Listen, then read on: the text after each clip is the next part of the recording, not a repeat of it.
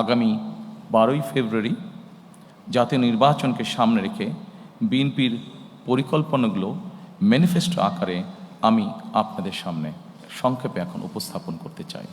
আমাদের সামগ্রিক পরিকল্পনাটিকে আমরা একটু ভাগ করেছি। মোটামুটি আপনাদের সামনে স্ক্রিন যেটা আছে, দুপাশে স্ক্রিন আপনারা যদি দেখুন, এই স্ক্রিনে আমরা 5টা স্তম্ভের মধ্যে বা 5টা ভাগে আমরা ভাগ করেছি এবং এই 5টা ভাগকে যদি আমরা দেখি, এর ভেতরে আমরা বাকি জিনিসগুলোকে নিয়ে আসার চেষ্টা করেছি। আমাদের কাছে যতটুকু মনে হয়েছে কোনটা কোথায় সামঞ্জস্যপূর্ণ, সেভাবে আমরা সেই ডিপার্টমেন্টের মধ্যে সেগুলোকে আমরা ইনসার্ট করেছি।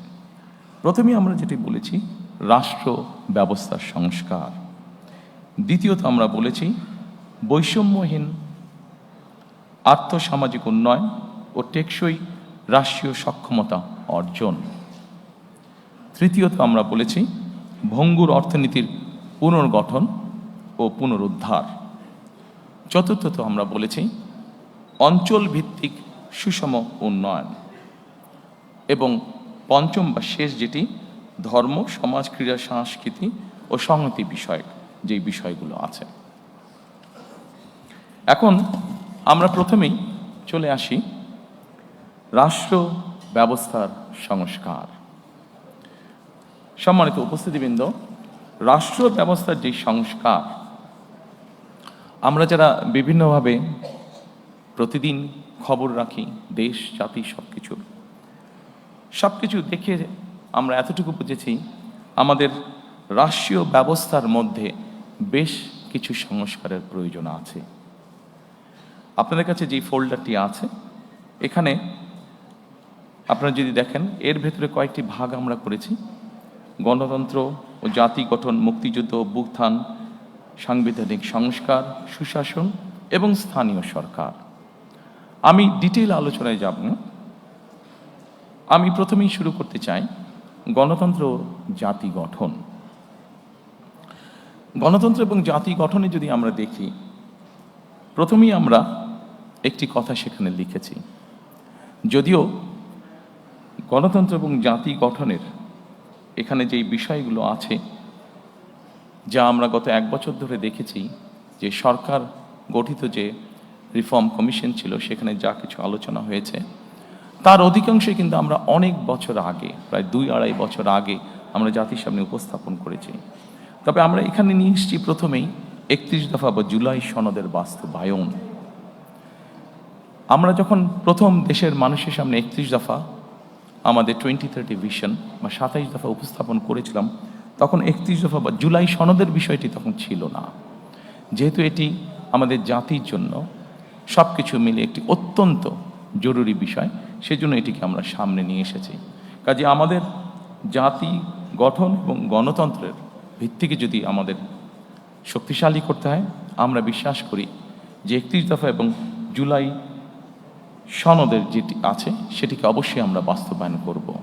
কারণ জুলাই সনদের যে মেইন বিষয়গুলো আছে, সেগুলোর সাথে আমাদের 31 দফার অনেক কিছুর মিল আছে, যা আমরা অনেক আগেই জাতির সামনে উপস্থাপন করেছিলাম। সম্মানিত উপস্থিতিবৃন্দ, অবশ্যই আমরা জানি 2024 সালে যে গণ অভ্যুত্থান হয়েছে, সেই গণ অভ্যুত্থান হয়েছিল ফ্যাসিবাদের বিরুদ্ধে।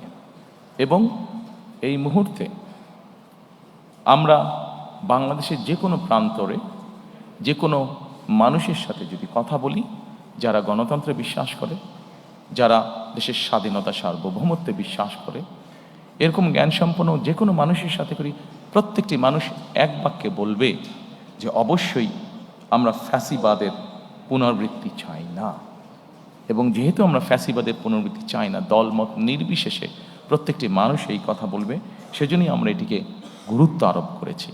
এবং এই ফ্যাসিবাদের পুনরাবৃত্তি যদি না চাই, অবশ্যই আমাদেরকে ডেমোক্রেটিক প্রসেস বা গণতন্ত্রের চর্চা আমাদেরকে অব্যাহত রাখতে হবে। আমরা জনগণের শাসনের কথা বলি। সম্মানিত উপস্থিতিবৃন্দ, জনগণের কাছে আমরা শাসনের কথা বলি, জনগণের অধিকার প্রতিষ্ঠার কথা বলি। আমি ব্যক্তিগতভাবে একজন রাজনৈতিক কর্মী হিসাবে মনে করি, বিশ্বাস করি দৃঢ়ভাবে যে জনগণের শাসনের যদি আমাদেরকে প্রতিষ্ঠিত করতে হয়, জনগণের যদি আসলেই আমরা ভাগ্যের পরিবর্তন করতে চাই, তবে একটি বিষয় আমাদেরকে নিশ্চিত করতে হবে, সেটা হচ্ছে জবাবদিহিতা বা অ্যাকাউন্টেবিলিটি।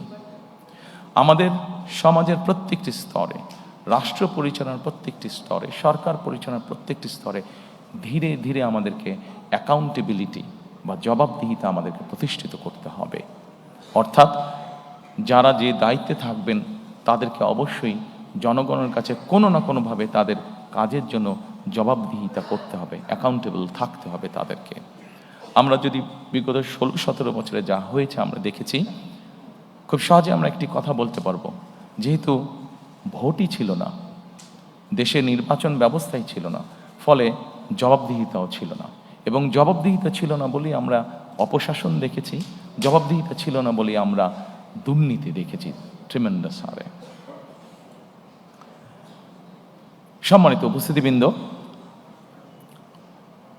আমাদেরকে জবাবদিহিতা যদি নিশ্চিত করতে হয়, গণতন্ত্রকে যদি নিশ্চিত করতে হবে, তবে অবশ্যই আরেকটি বিষয় আমাদেরকে নিশ্চিত করতে হবে, যেটি বিএনপির একটি ট্র্যাডিশন, যেটি বিএনপি যখনই রাষ্ট্র পরিচালনার সুযোগ পেয়েছে সবসময় বিএনপি চেষ্টা করেছে এই প্র্যাকটিসটিকে অব্যাহত রাখতে।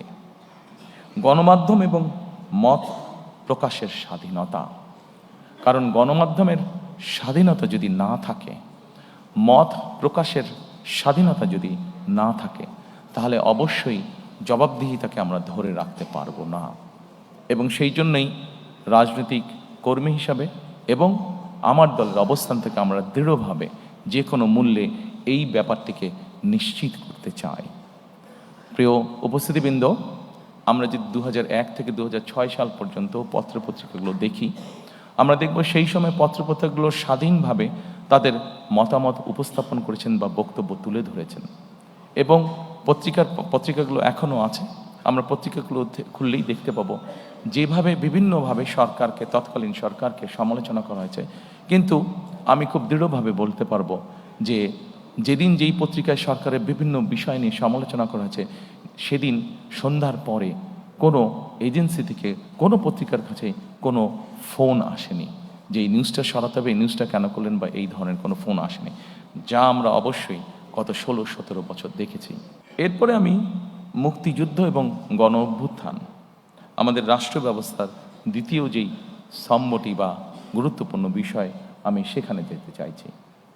মুক্তিযুদ্ধ এবং গণ অভ্যুত্থান অত্যন্ত দুঃখজনক হলেও আমরা দেখেছি গত 16 বছর আমাদের জাতির যে গর্ব, যেটি নিয়ে আমরা যতদিন এই দেশটিকে থাকবে আমরা ততদিন যা নিয়ে গর্ব করব, তা হচ্ছে আমাদের দেশের স্বাধীনতা বা মুক্তিযুদ্ধ।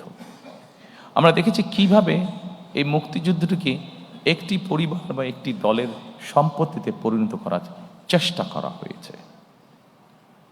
সম্মানিত উপস্থিতিবৃন্দ, আমরা মনে করি নিরপেক্ষভাবে মুক্তিযুদ্ধের স্মৃতি সংরক্ষণ করা এটি একটি জাতীয় দায়িত্ব, এবং আমরা সকলেরকে সাথে নিয়ে, সকলের পরামর্শক্রমে, উপদেশক্রমে আগামীতে এই বিষয়টিকে আমরা উপস্থাপন করতে চাই নিরপেক্ষভাবে জাতির সামনে।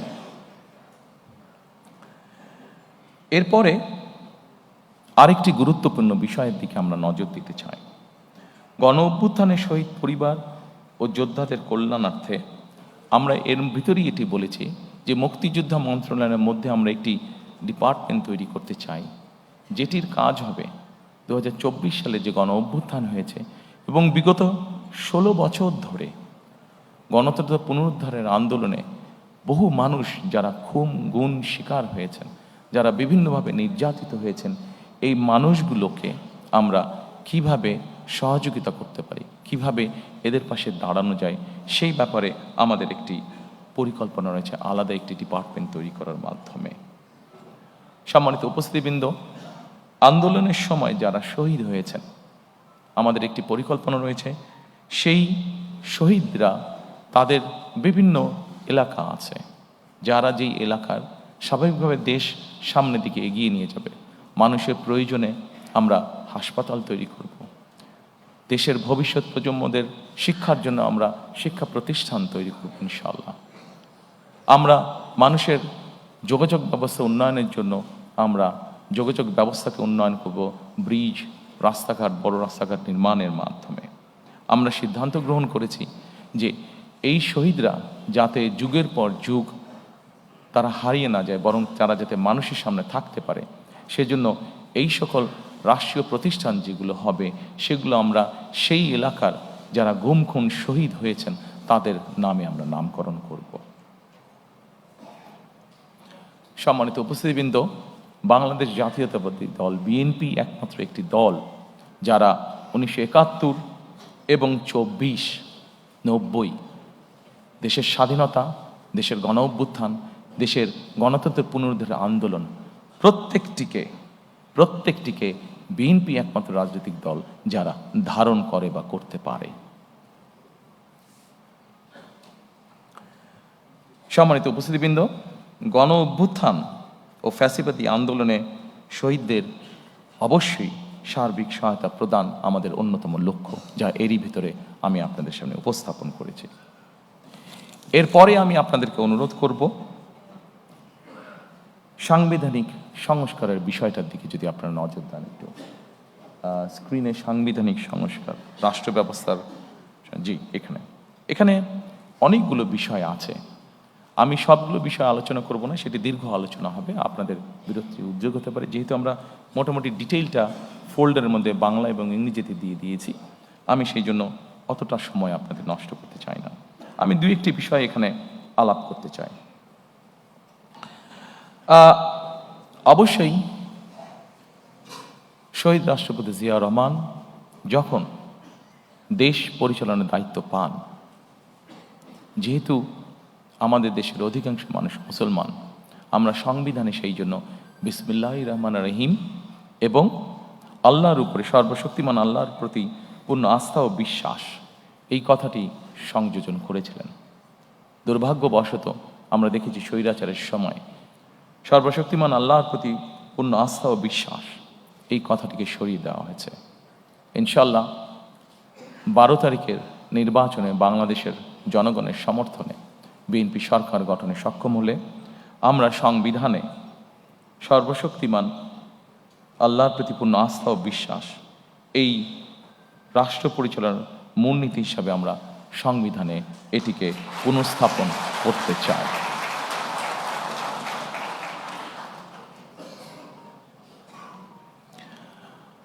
সম্মানিত উপস্থিতিবৃন্দ, আমরা যেহেতু প্রথমে আমি বলেছি যে বাংলাদেশকে যদি গণতান্ত্রিক ভিত্তির উপর প্রতিষ্ঠিত করতে হয়, তাহলে অবশ্যই আমাদেরকে যে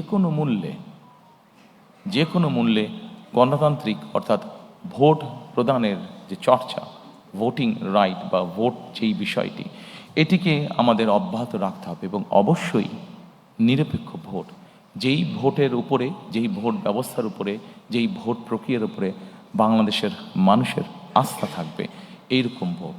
এবং বাংলাদেশের মানুষের মনে করার কারণ আছে এরকম একটি নির্বাচন, কারণ অতীতে আমরা দেখেছি 91 সাল, 96 সাল, 2001 সাল যদি আমরা বিবেচনা করি, বাংলাদেশের মানুষ দৃঢ়ভাবে বিশ্বাস করে যে একটি নিরপেক্ষ নির্বাচনের নিশ্চয়তা একমাত্র একটি অরাজনৈতিক সরকার অর্থাৎ তত্ত্বাবধায়ক সরকার বা কেয়ারটেকার সরকারই এনশিওর করতে পারে।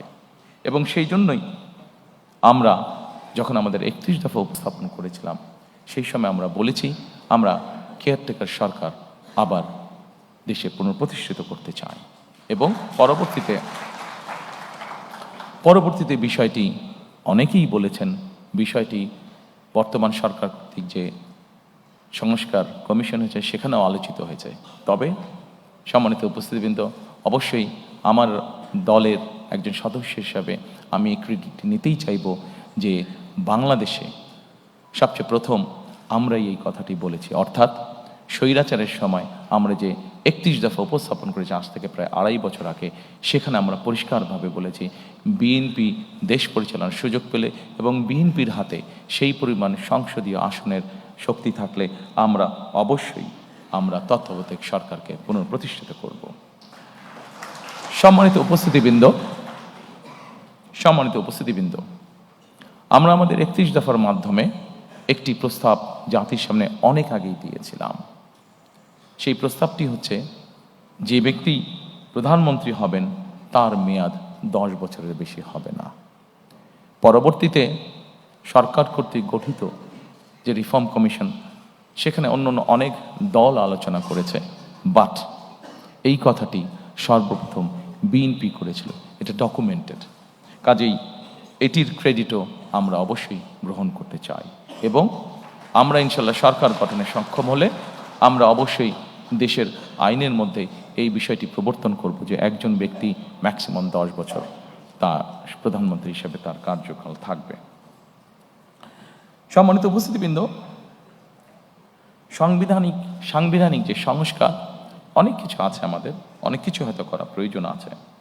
তারপরেও একটি বিষয় নিয়ে সুশীল সমাজের মধ্যে, সাংবাদিক নেতৃবৃন্দের মধ্যে সহ বিভিন্ন জায়গায় আলোচনা ছিল অনেক সময়, সেটি হচ্ছে সংবিধানের 70 অনুচ্ছেদ। এটি নিয়ে অনেক তর্ক বিতর্ক, ডিবেট, অনেক কিছু ছিল। 31 দফা যেদিন আমরা উপস্থাপন করি 22শে জুলাই, আমরা সেই 31 দফার মধ্যে বলেছিলাম যে অবশ্যই আমরা এই 70 অনুচ্ছেদ বিষয়টিকে আমরা ধীরে ধীরে পর্যায়ক্রমিকভাবে আমরা একটি অবস্থানে নিয়ে আসতে চাই। দু একটি বিষয় ছাড়া এইটি সম্পূর্ণভাবে ধীরে ধীরে আমরা ওপেন করে দিতে চাই। সম্মানিত উপস্থিতিবৃন্দ, আমরা সকল সময় মনে করি, বাংলাদেশ জাতীয়তাবাদী দল মনে করে, আমরা আমাদের 31 দফার মাধ্যমে সেটি উপস্থাপন করেছি। আমরা বিভিন্ন সময় আমাদের বিভিন্ন বক্তব্য সেটা উপস্থাপন করেছি। আমরা মনে করি, আমরা যারা প্রতিদিনকার রাজনীতি করি, এই যে সংসদে 300 আসন, এই 300 আসনে যারা সদস্য নির্বাচিত হবেন, তারা প্রতিদিনকার রাজনীতি করছেন। কিন্তু এই প্রতিদিনকার রাজনীতির বাইরেও সমাজে অনেক মানুষ আছেন, চিকিৎসক হতে পারেন, লয়ার হতে পারেন, সাংবাদিক হতে পারেন, সিভিল সোসাইটির বিভিন্ন পর্যায়ের মেম্বার হতে পারেন, যাদেরও দেশের সম্পর্কে বা দেশ গঠন সম্পর্কে তাদের মূল্যবান মতামত বা উপদেশ অবশ্যই থাকতে পারে। কন্ট্রিবিউট করার মতন তাদেরও, দেশ গঠনে কন্ট্রিবিউট করার মতন তাদেরও অবস্থান অবশ্যই থাকতে পারে। আমরা সেই জন্যই চেয়েছি যে এই মানুষগুলোর মধ্যে থেকেও যারা চান, তাদেরকে আমরা দেশ পুনর্গঠন বা রাষ্ট্র পুনর্গঠন প্রসেসের মধ্যে ইনভলভ করার জন্য। এবং সেজন্যই আমরা যখন প্রথম 31 দফা উপস্থাপন করেছি, সেই সময় অন্য আর কোনো দল বলার আগে আমরা সেই সময় বলেছিলাম যে দেশে আমরা উচ্চ কক্ষ, সংসদে উচ্চ কক্ষ প্রবর্তন করতে চাই। আমরা চাই বাংলাদেশে সমাজের সকল শ্রেণী পেশা, শুধু রাজনীতিবিদ নয়, রাজনীতিবিদদের বাইরেও যে সকল ব্যক্তি আছেন যারা কন্ট্রিবিউট করতে পারেন, সকলের মতামতের ভিত্তিতে, সকলের পরামর্শের ভিত্তিতে আমরা ধীরে ধীরে দেশকে সামনের দিকে পুনর্গঠন করতে চাই। সম্মানিত উপস্থিতিবৃন্দ, এই সাংবিধানিক সংস্কার প্রক্রিয়ার মধ্যে আরো অনেকগুলো পয়েন্ট আছে যা আপনারা দেখতে পাচ্ছেন। তবে আমি মনে করি সকল পয়েন্টগুলো এখানে হয়তো আলোচনা করলে অনেক দীর্ঘ সময় লাগবে। আমি সবকিছু হয়তো আজকে এখানে আলোচনা করছি না। এরপরে আমি আপনাদেরকে আমন্ত্রণ জানাবো সুশাসন। আমাদের রাষ্ট্র ব্যবস্থার সংস্কারের মধ্যে আরেকটি চ্যাপ্টার আছে, সেটি হচ্ছে সুশাসন। সম্মানিত উপস্থিতিবৃন্দ, আমরা যত পরিকল্পনাই গ্রহণ করি না কেন, সকল পরিকল্পনা যদি আমাদের বাস্তবায়ন করতে হয়, যে কোনো প্ল্যান আমরা গ্রহণ করি, এটাকে যদি ইমপ্লিমেন্ট করতে হয়, তাহলে অবশ্যই সুশাসন বলতে যা বোঝায় বা রুল অফ ল বলতে যা বোঝায়, সেটি আমাদেরকে যে কোনো মূল্যে বাস্তবায়ন করতে হবে। একটি সরকার যদি সুশাসন দিতে না পারে, তাহলে তার কোনো পরিকল্পনা যেমন বাস্তবায়ন হবে না, জনগণেরও কোনো লাভ হবে না। এবং সেজন্যই সুশাসনের মধ্যে একটি অন্যতম বিষয় হচ্ছে দুর্নীতির দমন বা দুর্নীতির যে করার ক্লাস, দুর্নীতির যে প্রভাব, যে বিস্তার আমরা গত 2 যুগ ধরে প্রায় দেখেছি, সেই বিস্তারকে যে কোনো মূল্যে রোধ করা। সম্মানিত উপস্থিতিবৃন্দ, বিএনপি একটি রাজনৈতিক দল যারা 2001 সালে বাংলাদেশের জনগণের ম্যান্ডেট নিয়ে সরকার পরিচালনার দায়িত্ব পায়। আমরা যখন পরিচালনার দায়িত্ব পাই, তখন আমরা একটি খুব কষ্টকর একটি বোঝা আমরা ইনহেরিট করি। কি সেই বোঝাটি? সেটি হচ্ছে দুর্নীতি। 2001 সালে বাংলাদেশকে আন্তর্জাতিক সংস্থা দুর্নীতিতে চ্যাম্পিয়ন ঘোষণা করেছিল। আমরা যদি আন্তর্জাতিক ফ্যাক্টস ফিগারগুলো তারপর থেকে দেখি, 2001 সালের পর থেকে দেখি, বিএনপি খুব স্বাভাবিকভাবে এটি আমরা ইনহেরিট করেছিলাম, এই আনওয়ান্টেড যে লাইবিলিটিটা বা আনওয়ান্টেড যে বোঝাটা, এটা যেটা আমরা ইনহেরিট করেছিলাম।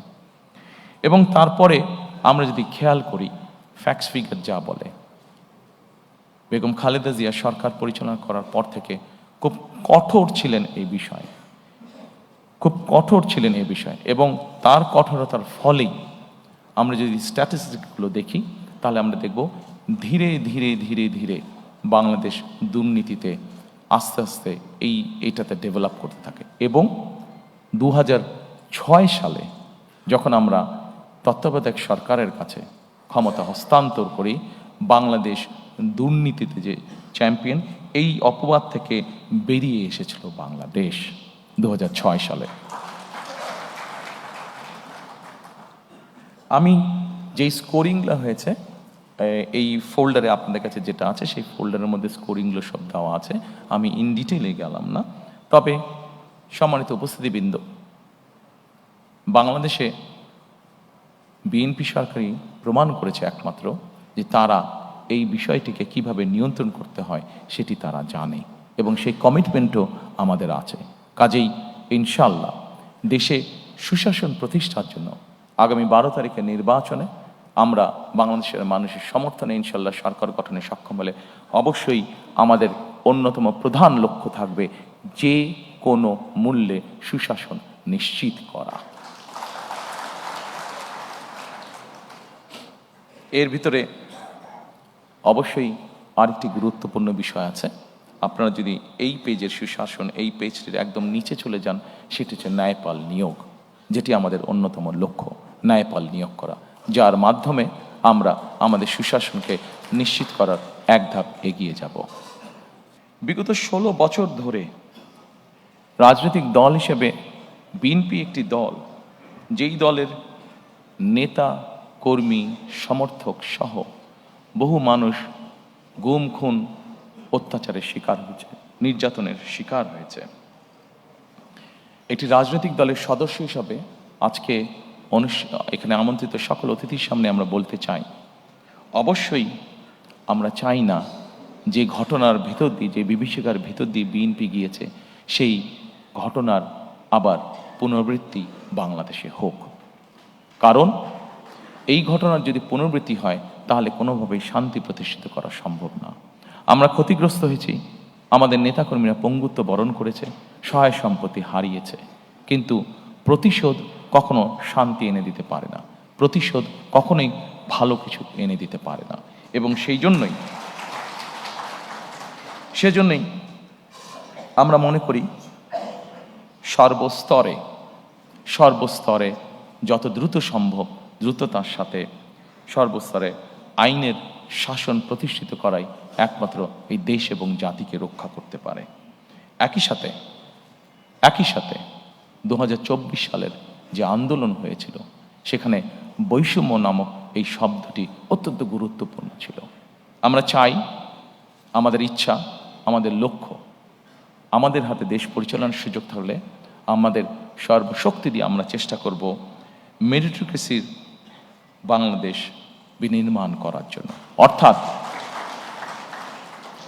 প্রিয় সহকর্মীবৃন্দ, প্রিয় উপস্থিতিবৃন্দ, একটি বিষয় আজকে আমাদেরকে অনুধাবন করতে হবে।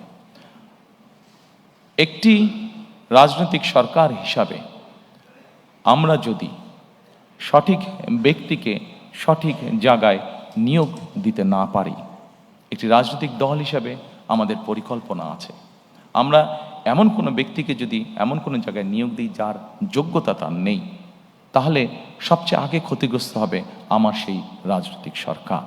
কারণ আমার পরিকল্পনা বাস্তবায়নের যোগ্যতাই তার নেই। ফলে ক্ষতিগ্রস্ত হবে দেশ, ক্ষতিগ্রস্ত হবে দেশের জনগণ। সেজন্য আমরা দৃঢ়ভাবে বিশ্বাস করি, দেশকে যদি পুনর্গঠন করতে হয়, দেশকে যদি সামনের দিকে নিয়ে যেতে হয়, অবশ্যই আমাদেরকে মেরিটক্রেসি অর্থাৎ মেধাকে আমাদের অবশ্যই প্রায়োরিটি দিতে হবে। যার যেই যোগ্যতা যেখানে, তাকে আমরা দিতে পারি। ব্যক্তিগতভাবে আমি বিশ্বাস করি যে আমি যখন একজন মেধাবীকে, সে যেই রাজনৈতিক আদর্শে বিশ্বাস করুক না কেন, আমি যদি একজন মেধাবীকে তার নিজের জায়গায় পৌঁছতে সাহায্য করি, তখন সে কিন্তু একটি বিষয়ে চিন্তা ভাবনা করবে যে আজকে বিএনপি সরকার ছিল বলেই আমি আমার মেধার শক্তিতে এখানে আসতে সক্ষম হয়েছি। কাজেই বিএনপি সরকার নিরপেক্ষতা নিশ্চিত করেছে। কাজেই আমি চেষ্টা করব যে বিএনপি সরকার নিরপেক্ষভাবে যাতে তার কাজ করতে পারে, সেই চেষ্টা আমি করব।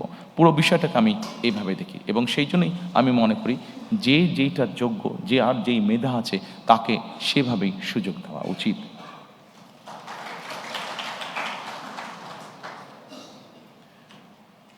সম্মানিত উপস্থিতিবৃন্দ, একজন রাজনৈতিক কর্মী হিসাবে আমি নিজের অভিজ্ঞতা থেকে বলতে পারি যে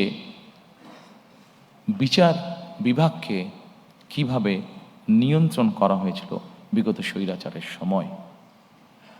আমি, আমার মা, আমার পরিবার, আমরা এই বিচার বিভাগের নির্যাতনের ভিতর দিয়ে আমরা গিয়েছি। প্রিয় সহকর্মীবৃন্দ, একজন মানুষ হিসাবে, একজন রাজনৈতিক কর্মী হিসাবে আমার সর্বোচ্চ চেষ্টা থাকবে যে যে কোনো মূল্যে বিচার বিভাগের যে স্বাধীনতা, সেটিকে নিশ্চিত করা। কারণ আমি নিজে ভুক্তভোগী কিভাবে বিচার বিভাগ একজন মানুষের জীবন, একটি সংসার ধ্বংস করে দিতে পারে। সেই জন্য আমরা সরকার গঠনে সক্ষম হলে আমাদের সর্বোচ্চ চেষ্টা থাকবে যে কোনো মূল্যে বিচার বিভাগের স্বাধীনতাকে নিশ্চিত করা। সম্মানিত উপস্থিতিবৃন্দ, এরপরে আপনাদেরকে আমি অনুরোধ করব, রাষ্ট্র ব্যবস্থার সংস্কারের শেষ যেই ঘটে স্থানীয় সরকার, সেখানে যদি আপনারা একটু দৃষ্টি দেন। সম্মানিত উপস্থিতিবৃন্দ, বিএনপি বিশ্বাস করে স্থানীয় সরকার হলো গণতন্ত্র এবং উন্নয়নের প্রাণ কেন্দ্র। আমাদের এখানে অনেকেরই অভিজ্ঞতা আছে বিভিন্ন দেশ দেখার, বিশেষ করে ইউরোপের উন্নত দেশগুলো দেখার। আমি নিজেও অনেক দিন ইউকেতে থাকতে বাধ্য হয়েছি। আমি সেখানে যতটুকু দেখেছি, আমার যতটুকু অভিজ্ঞতা হয়েছে, যে স্থানীয় সরকার বলতে যেই সরকারটিকে বোঝায়, এটিকে যদি আমরা স্বাধীনভাবে কাজ করতে দিতে সক্ষম হই, এটিকে যদি আমরা একটি প্রাতিষ্ঠানিক রূপ হিসেবে ধীরে ধীরে গড়ে তুলতে পারি, তাহলে দেশের অনেক সমস্যার সমাধান করা স্থানীয়ভাবে সম্ভব হবে। দুঃখজনকভাবে হলেও আমাদের দেশের টেকনাফের একজন মানুষকে বা তেঁতুলের একজন মানুষকে অনেক সময় ঢাকায় আসতে হয় বিভিন্ন কাজে, ছোট্ট একটি কাজে হয়তো তাকে ঢাকায় আসতে হয়। কিন্তু আমরা যদি ধীরে ধীরে স্থানীয় সরকার, এটিকে যদি আমরা ধীরে ধীরে শক্তিশালী করে গড়ে তুলতে পারি, তাহলে অবশ্যই এমনও পরিস্থিতি দাঁড়াবে যে কোনো একটি মানুষকে তার প্রয়োজনের জন্য, ছোটোখাটো প্রয়োজনের জন্য হয়তো ঢাকায় আসার প্রয়োজন হবে না, সে স্থানীয়ভাবেই তার সমস্যার সমাধান করতে পারবে। শুধু তাই নয়, স্থানীয় সরকারটিকে যদি আমরা শক্তিশালী করতে পারি, তাহলে আমরা গণতন্ত্র নিয়ে যেই কথা বলছি, গণতন্ত্রের ভিত্তিটাকে শক্তিশালী করার জন্য যেই কথাটা বলছি, সেটিও করতে আমরা সক্ষম হব। কারণ জবাবদিহিটা স্থানীয় পর্যায় থেকে তৈরি হবে। জবাবদিহিতা যখন স্থানীয় পর্যায় থেকে তৈরি হবে, মানুষের জীবনমান উন্নয়ন হতে তখন বাধ্য, দুর্নীতি কমে আসতে তখন বাধ্য, প্রকৃত উন্নয়ন বলতে যা বোঝায়, আইন শৃঙ্খলা বলতে যা বোঝায়, সকল কিছু তখন ধীরে ধীরে ভালোর দিকে এগোতে থাকবে।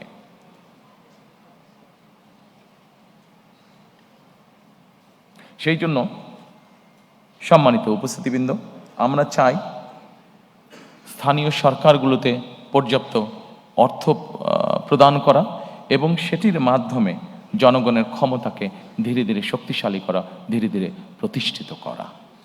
আমরা 20 কোটি মানুষের দেশ, ঢাকা থেকে আমরা কখনোই সার্বিকভাবে দেশের উন্নয়ন করতে সক্ষম হব না। আমাদেরকে যে কোনো মূল্যে অবশ্যই চেষ্টা করতে হবে যাতে করে আমরা স্থানীয় সরকারকে শক্তিশালী করতে পারি, জবাবদিহিতা তৈরি করতে পারি এবং লোকাল যেই সমস্যাগুলো আছে সেগুলো যাতে স্থানীয় পর্যায়ে আমরা ধীরে ধীরে সমাধান করতে পারি। সম্মানিত উপস্থিতিবৃন্দ, এরপরে আমি আপনাদেরকে আমন্ত্রণ করব আমাদের দ্বিতীয় স্তম্ভ বা দ্বিতীয় পিলারটি দেখার জন্য, যেটাকে আমরা নামকরণ করেছি বৈষম্যহীন আর্থসামাজিক উন্নয়ন ও টেকসই রাষ্ট্রীয় সক্ষমতা অর্জন।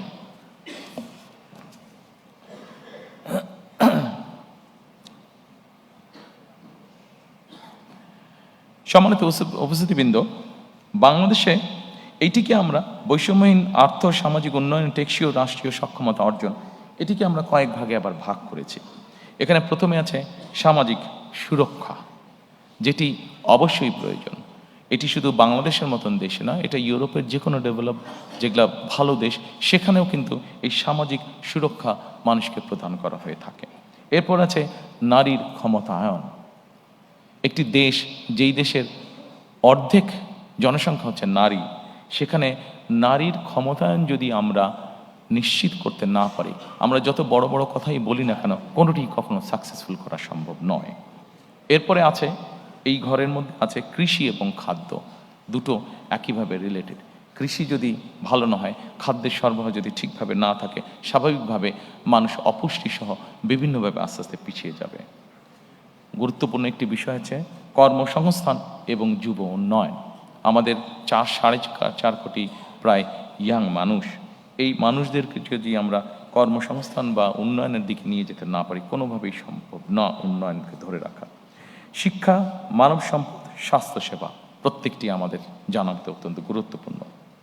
এরপরে একটি বিষয় আসছে প্রতিরক্ষা এবং পররাষ্ট্রনীতি।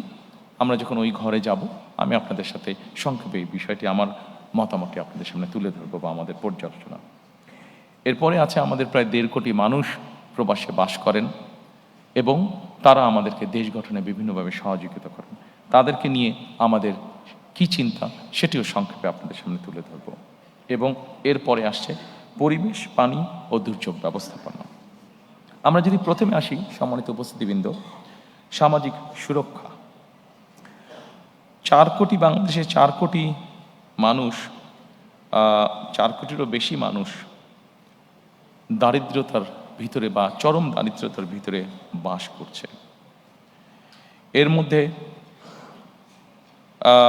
দেশে প্রায় 53 লক্ষ নারী আছে যারা বিধবা।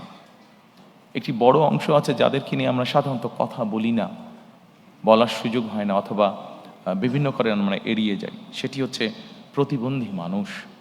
যেভাবেই হোক আমাদের সমাজ ব্যবস্থার কারণে কেন জানি এই মানুষগুলোকে আমরা চেষ্টা করি লুকিয়ে রাখতে, যেটি একদিক থেকে অন্যায়। প্রিয় সহকর্মীবৃন্দ, সম্মানিত উপস্থিতিবৃন্দ, প্রথমেই আমরা দুটি কাজে হাত দিয়েছি, যে দুটি বিষয় কম বেশি আপনারা এর মধ্যে শুনেছেন। দুটি কাজ আমরা শুরু করতে চাই এই সামাজিক সুরক্ষাটাকে নিশ্চিত করার জন্য। সেটি কি? সেটি হচ্ছে আমরা বাংলাদেশে প্রত্যেক গৃহিণীর হাতে, বাংলাদেশে প্রায় 4 কোটি পরিবার আছে, প্রত্যেক গৃহিণী হাতে আমরা একটি কার্ড পৌঁছে দিতে চাই। সেটির নাম হবে ফ্যামিলি কার্ড। এই ফ্যামিলি কার্ডটা, এটি কিন্তু শুধু নারীরা পাবেন এই ফ্যামিলি কার্ডটা। এখন আপনি হয়তো বলতে পারেন, এই ফ্যামিলি কার্ড দিয়ে কি হবে? সম্মানিত উপস্থিতিবৃন্দ, আমরা একটি কথা প্রায় বলছি, আমাদের পরের যেটি আছে নারীর ক্ষমতায়ন। দেখুন, আমাদের দেশের নারীরা, অধিকাংশ নারী কি অবস্থায় থাকেন সামাজিক বা মানসিক বা পারিবারিকভাবে, আমি সেই দীর্ঘ আলোচনায় গেলাম না। আমরা সকলেই জানি ওনারা অনেক ডিপ্রাইভড অবস্থায় থাকেন, আন্ডার প্রিভিলেজ অবস্থায় ওনারা থাকেন। আমরা যখনই সরকারের পক্ষ থেকে একটি কার্ড একজন গৃহিণীর কাছে পৌঁছে দেব, স্বাভাবিকভাবে কিন্তু উনি এম্পাওয়ার্ড ফিল করবেন, মানসিকভাবে তখন ওনার একটা শক্তি বৃদ্ধি পাবে। ওনার পরিবারের কাছে, বাবার পরিবার, নিজের স্বামীর পরিবার, শ্বশুর বাড়ি, সকল জায়গায় উনি কিছুটা এম্পাওয়ার্ড ফিল হবেন। এটি আমরা দৃঢ়ভাবে বিশ্বাস করি। আসনের পরে এই কার্ডের মাধ্যমে আমরা আমরা যেটি এর মধ্যে ক্যাম্পেনিং করেছি, সেখানে আমরা বলেছি যে আমরা তাদেরকে প্রতি মাসে 2 থেকে 2,500 টাকা আমরা তাদের কাছে পৌঁছে দিতে চাই, অথবা সমপরিমাণ খাদ্য সহযোগিতা তাদের কাছে পৌঁছে দিতে চাই। অনেকেই বলতে পারেন যে 2 থেকে 2,500 টাকা দিয়ে কী হবে একজনের। আমরা কিন্তু একবারও বলিনি আমরা তাদেরকে পুরো মাসের সহযোগিতা দেব। আপনি চিন্তা করে দেখেন, গ্রামের একটি সাধারণ পরিবার যার সদস্য সংখ্যা এভারেজে 5 থেকে 6 জন, আপনি যদি তার এভারেজ খুব এসেনশিয়াল বাজার সদাই যদি আপনি মনে করেন 5 থেকে 6,000 টাকা হয়ে থাকে মিনিমাম, এর নিচে তো কষ্টকর ব্যাপার, এটা হয়ে থাকে, অর্থাৎ 4 সপ্তাহের খরচ যদি চা হয়ে থাকে, আপনি যদি তাকে 2,500 টাকার মতন দেন, তার মানে আপনি তাকে মোটামুটিভাবে 1 সপ্তাহের একটা সাপোর্ট আপনি তাকে দিচ্ছেন। এই 1 সপ্তাহ সাপোর্টটা আমরা যারা আজকে এত সুন্দর জায়গায় বসে আলোচনা করছি, আমাদের কাছে এটা গায়েই লাগবে না বিষয়টা, বাট আমরা যদি তাদের সেই বাস্তব অবস্থায় যাই, এই 1 সপ্তাহের 2,500 টাকার সহযোগিতা তার জন্য বিরাট বড় ব্যাপার। এই 2,500 টাকা সে কোনো না কোনোভাবে খরচ করছে, কিন্তু আপনি যখন তাকে এডিশনাল সাপোর্ট দিবেন, তখন একজন নারী এই 2,500 টাকাটা বিভিন্নভাবে খরচ করবে, অথবা সে তার নিজস্ব খরচ থেকে যেই টাকাটা সে বাঁচাতে পারবে সেটা তার বিভিন্নভাবে সে খরচ করবে। আসুন আমরা সংক্ষেপে দেখি সে কীভাবে কোথায় কোথায় সে খরচ করবে।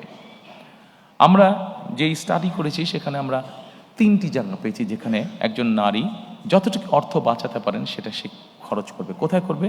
প্রথমত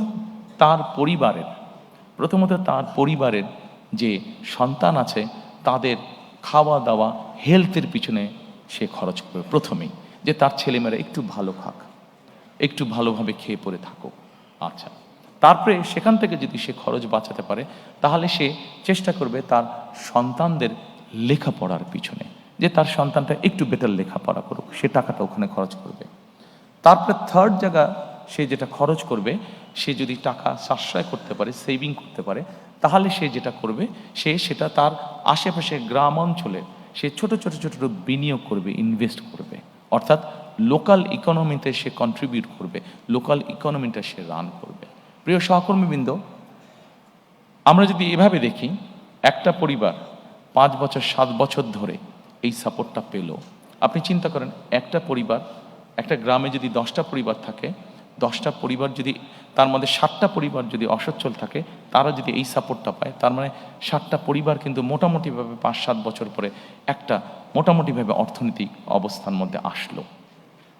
এই যে 7টা পরিবার মনে যে লোকাল ইকোনমিতে কন্ট্রিবিউট করেছে, তাহলে আপনি দেখেন সে হয়তো হাঁস মুরগি পালন করেছে, সে ডিমটা বিক্রি করেছে, আরেকজন ডিম কিনেছে, সেখান থেকে সে তার যে বিক্রি করে ইনকাম করলো, সে গামছা কিনেছে, অথবা চুড়ি কিনেছে, অথবা কসমেটিক কিনেছে, অর্থাৎ কোনো না কোনো ইকোনমিতে 10 টাকা 5 টাকা করেও ছোট ছোট কিন্তু সে কিন্তু কন্ট্রিবিউট করে যাচ্ছে। অর্থাৎ দিনের পর দিন, মাসের পর মাস, বছরের পর বছর যখন এইভাবে লোকাল ইকোনমিতে আপনি রিসোর্স পাম্প করতে থাকবেন, তখন কিন্তু আস্তে আস্তে পুরো ইকোনমিটা অনেক ভাইব্রেন্ট হওয়া ধরবে।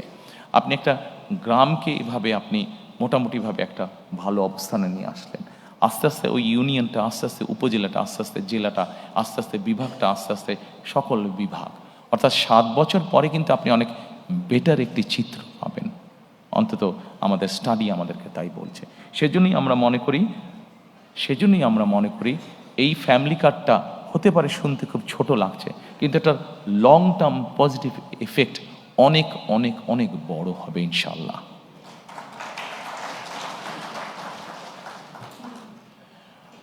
দ্বিতীয়ত, সম্মানিত উপস্থিতিবৃন্দ, আমরা আরেকটি কার্ড ইন্ট্রোডিউস করতে চাচ্ছি, সেটাকে আমরা বলছি ফার্মার্স কার্ড বা কৃষক কার্ড। বাংলাদেশে মোটামুটিভাবে 4 রকমের কৃষক আছে। প্রান্তিক কৃষক আছে, ক্ষুদ্র কৃষক আছে, মাঝারি কৃষক আছে, বড় কৃষক আছে। সরকারের হিসাব মতে বিভিন্ন জমির ক্যাটাগরি অনুযায়ী এই কৃষকদেরকে ভাগ করে হয়ে থাকে। আমরা প্রথমে প্রান্তিক, ক্ষুদ্র এবং মাঝারি কৃষক পর্যন্ত যাব। এই কৃষকদেরকে আমরা যেটা করব, যেমন ধরেন একজন কৃষকের হয়তো 5 বিঘা জমি আছে। এখন ওই কৃষকটি কি চাষ করে, আমরা যখন এই কার্ডটা তাকে দেব, এই কার্ডটা দেওয়ার প্রক্রিয়া যখন আমরা শুরু করব, তখন কিন্তু সারা বাংলাদেশে এই মুহূর্তে যেই ডাটা আমাদের কাছে আছে, সরাসরি জমিতে চাষাবাস কাজ করেন 1.5 কোটির মতন কৃষক আছে। আমরা এই প্রত্যেকটা মানুষকে যাকে যাকে কার্ড দেব, প্রত্যেকটা মানুষকে কে কোথায় কার কতটুকু জমি আছে, কে কি চাষ করছে, পুরো জিনিসটাকে একটা আমরা ডাটা প্রসেসের মধ্যে, পুরো একটা সিস্টেমের মধ্যে আমরা নিয়ে আসবো। কাজে সাতক্ষীরায় কোন এলাকায় কোন কৃষক কি চাষ করছে, টেকনাফে কোন এলাকায় কোন কৃষক চাষ করছে, দিনাজপুরে কোন এলাকায় কোন কৃষক কি চাষ করছে, সব জিনিস আমাদের পুরো সিস্টেমের মধ্যে চলে আসবে। এবং আসার পরে যেটা হবে, আমরা তখন জানতে পারবো যে ঠিক আছে, ওখানে অমুক আলু চাষ করছে, ওখানে অমুক টমেটো চাষ করছে, ওখানে অমুক বাঁধাকপি চাষ করছে। আচ্ছা, বাঁধাকপির সাথে সে আর কি কি চাষ করছে, হয়তো ছোট কৃষক সে, তাকে আমরা এই ফ্যামিলি কার্ডটার মাধ্যমে তার যে কোনো একটা ফসলের সম্পূর্ণ সাপোর্টটা আমরা দেওয়ার চেষ্টা করব। সেটা হচ্ছে বীজ হতে পারে, কীটনাশক ওষুধ এবং সার, এই পরিমাণটা আমরা তাকে দেওয়ার চেষ্টা করব। আপনারা বলতে পারেন যে কেন দেওয়ার চেষ্টা করব? এই জন্য দেওয়ার চেষ্টা করব আমরা যে বিভিন্ন কারণে তাকে অনেক কষ্টের মধ্যে দিয়ে চালাতে হয়, কিন্তু আমরা যদি এই সাপোর্টটা তাকে অন্তত 5-7 বছর ধরে সাপোর্টটা দিতে পারি, তখন কিন্তু একটা সময় এসে কিন্তু সে একটা জায়গায় এসে দাঁড়াবে, কৃষকটা একটা জায়গায় এসে দাঁড়াবে। অর্থাৎ স্টেট থেকে যে সাপোর্টটা তাকে দেওয়া হবে, তার যেই রিসোর্সটা নিজের কাছ থেকে যেত, সেই রিসোর্সটা সে তখন সেভ করতে পারবে, সেই রিসোর্সটা দিয়ে সে অন্য কোনো কাজ করতে পারবে, যেহেতু স্টেট তাকে একটা সাপোর্ট তাকে দিচ্ছে। এবং we have reason to believe যে এক সময় গিয়ে এই কৃষকটা একজন সচ্ছল কৃষক হিসাবে দাঁড় করতে পারবে নিজেকে। এবং সেই জন্যই আমরা এই কৃষক কার্ডটা দিতে চাচ্ছি। আপনাদের কাছে হয়তো প্রশ্ন থাকতে পারে যে আমরা কি শুধু যারা জমিতে চাষ করছে তাদেরকে এই কার্ডটা দেবো? নো, আমরা যারা জমিতে চাষাবাস করছেন শুধু তাদেরকেই আমরা এই কার্ডটা দিব না। আমরা এই কার্ডটা দিব মৎস্য চাষি আছে তাদেরকে আমরা দিব, আমরা এই কার্ডটা দিব খামারি আছে, হাঁস মুরগি পালন করছে, গরু পালন করছে, এরকম যারা বিভিন্ন প্রাণী সম্পদ খামারি আছেন, তাদেরকেও আমরা এই কার্ডটা পৌঁছে দিতে চাই, তাদেরকেও আমরা এই কার্ডটা পৌঁছে দিতে চাই। অর্থাৎ সরাসরি স্টেটের পক্ষ থেকে আমরা কার্ডটা পৌঁছে দিতে চাই। প্রিয় সহকর্মীবৃন্দ, এই কার্ডটার মাধ্যমে আমরা যাদেরকে এই কার্ডটা পৌঁছে দিব, একই সাথে কম বেশি এখন সস্তায় সবার কাছেই অ্যাপ থাকে, স্মার্টফোন থাকে। সেই স্মার্টফোনের মধ্যে আমরা তাদেরকে একটা অ্যাপ আমরা ডাউনলোড করে দিব। কি সেই অ্যাপটা? এই অ্যাপটা নিয়ে আমরা অলরেডি কাজ করেছি। বাংলাদেশি একজন সায়েন্টিস্ট, উনি অস্ট্রেলিয়াতে থাকেন, ওই ভদ্রলোক কাজ করছেন এইটা নিয়ে। এর মধ্যে প্রায় 350 প্রায় 500-র মতন কৃষক তার সাথে কানেক্টেডও আছেন। আচ্ছা, এই কৃষকদের সুবিধাটা কি হচ্ছে? যেমন ধরেন বগুড়াতে কোনো একটি উপজেলায় একজন কৃষক আছে, সে আগামীকাল তার জমিতে সার ছিটাবে। এখন আগামীকাল বৃষ্টি হবে কি হবে না, সে একটা ডিলিমার মধ্যে আছে। সে যেটা করতে পারবে, তার কাছে যখন আমরা ওই অ্যাপটা দিয়ে দিব, সেই অ্যাপটা দিয়ে সে চেক করে নিতে পারবে যে কালকে বৃষ্টি হবে কি না। যদি বৃষ্টি হয় সে সারটা দিবে না, যদি বৃষ্টি না হয় তাহলে সে সারটা দিবে, তার ফলে তার সারটা ধুয়ে যাবে না। আমরা এই কার্ডের মাধ্যমে আমরা ওই সিস্টেমটাকে ইন্ট্রোডিউস করে আনতে চাচ্ছি। শুধু এটা নয়, আমরা তাকে স্মার্টফোনের মাধ্যমে আরেকটি অ্যাপও তাকে আমরা সহযোগিতা করব। কি সেই অ্যাপটা? সেই অ্যাপটা হচ্ছে তার ফোনটা যদি সে তার ফসলের উপরে ধরে, তার ফসলের হেলথের কি অবস্থা, কোনো রোগ বালাই কোনো হয়েছে কিনা ফসলের, সেই জিনিসটাও সে তখন জানতে পারবে। যদিও কৃষকদের নিজেদের একটা অভিজ্ঞতা আছে, কিন্তু আমরা এই অ্যাপটাও ডেভেলপ করেছি, যেটা ধীরে ধীরে ধীরে ধীরে আমরা সারা দেশের সকল কৃষকের কাছে পৌঁছে দিব। কাজেই এই সুবিধাগুলো আছে, এর বাইরে বিমার সুবিধা আছে, এর বাইরে কার্ডটা থাকলে তার জন্য কৃষি লোনের সুবিধা আছে। এই সুবিধাগুলো থাকবে, নর্মাল যেগুলো আছে এই সুবিধাগুলো থাকবেই তাদের কাছে। সম্মানিত উপস্থিতিবৃন্দ, সামাজিক সুরক্ষার মধ্যে আমি ব্যক্তিগতভাবে, এখানে অনেকগুলো আছে, আপনারা দেখতে পাচ্ছেন, কই গেল, আপনারা দেখতে পাচ্ছেন অনেকগুলো আছে, তবে এখানে একটি আমরা লাইন রেখেছি যেটি ব্যক্তিগতভাবে আমি যেটির প্রতি খুবই যত্নশীল। সেটি হচ্ছে পিতামাতার ভরণ পোষণ আইন নামে একটি আইন আছে। এই আইনটিকে আমরা যতটুকু সম্ভব কার্যকর করতে চাই। আমাদের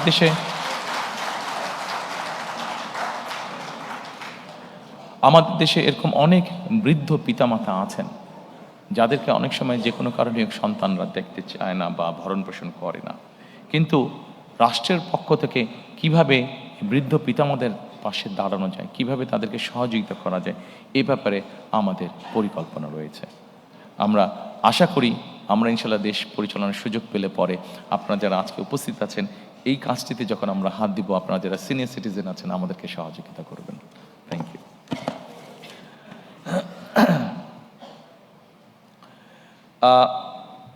এরপরে আমি আপনাদেরকে অনুরোধ করব, এই বৈষম্যহীন আর্থসামাজিক উন্নয়নের টেকসই রাষ্ট্রীয় সক্ষমতা অর্জনের এরপরে সেকেন্ড যেটি আছে আমাদের নারীর ক্ষমতায়ন।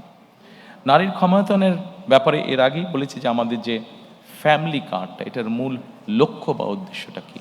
মূল লক্ষ্য বা উদ্দেশ্য হচ্ছে, আমরা যদি জিনিসটাকে এইভাবে দেখি, এর আগে বেগম খালেদা জিয়া যতবার রাষ্ট্র পরিচালনা করেছেন, আপনাদের সকলেরই ধারণা আছে যে নারীদের শিক্ষা ব্যবস্থা ক্লাস 1 থেকে 12 পর্যন্ত নারীদের শিক্ষা ব্যবস্থা উনি ফ্রি করেছিলেন।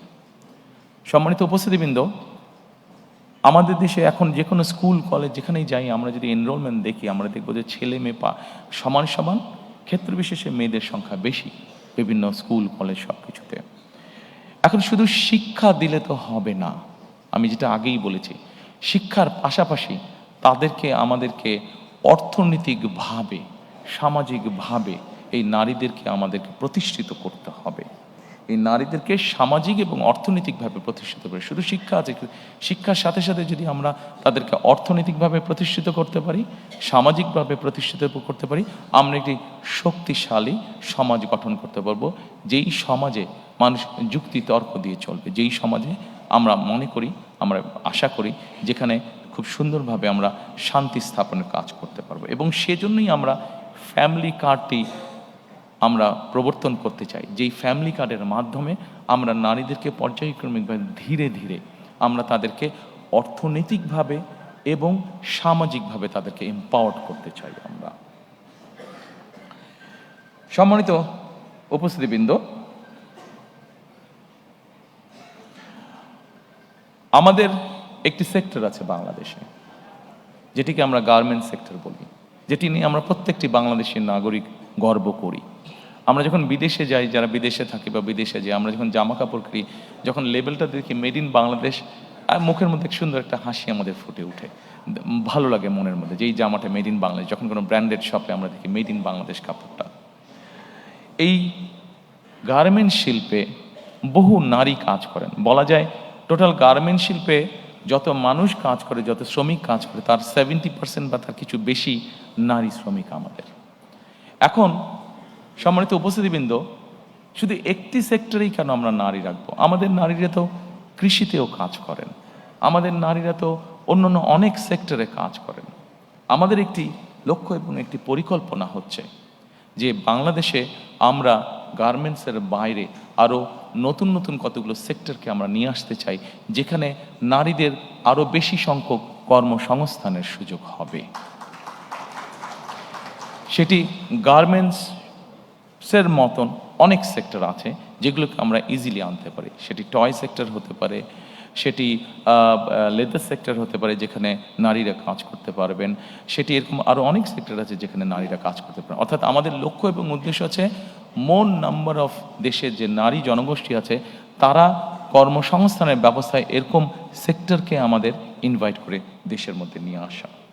প্রিয় সহকর্মীবৃন্দ, আমরা বিশ্বাস করি, উপস্থিতিবৃন্দ, সম্মানিত উপস্থিতিবৃন্দ, আমরা বিশ্বাস করি যে একজন নারীকে যখন আমরা কর্মসংস্থানের ব্যবস্থা করে দেব, স্বাভাবিকভাবেই প্রকৃতিগত কারণ হিসাবেই তাদেরকে আমাদের আরও কিছু ব্যাপারে সহযোগিতা করা উচিত।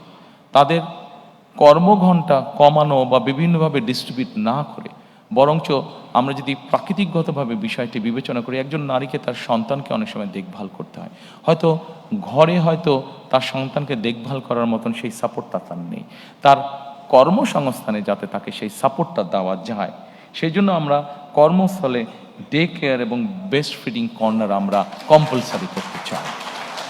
অর্থাৎ একজন নারী যখন তার সন্তানকে নিয়ে কর্মস্থলে আসবেন, উনি যে 8 ঘন্টা বা 10 ঘন্টা বা যতক্ষণই উনি কাজ করেন, অতটুকু সময় যাতে উনি নিশ্চিন্ত মনে কাজ করতে পারেন, সেই ব্যবস্থাটা আমরা এনশিওর করতে চাই।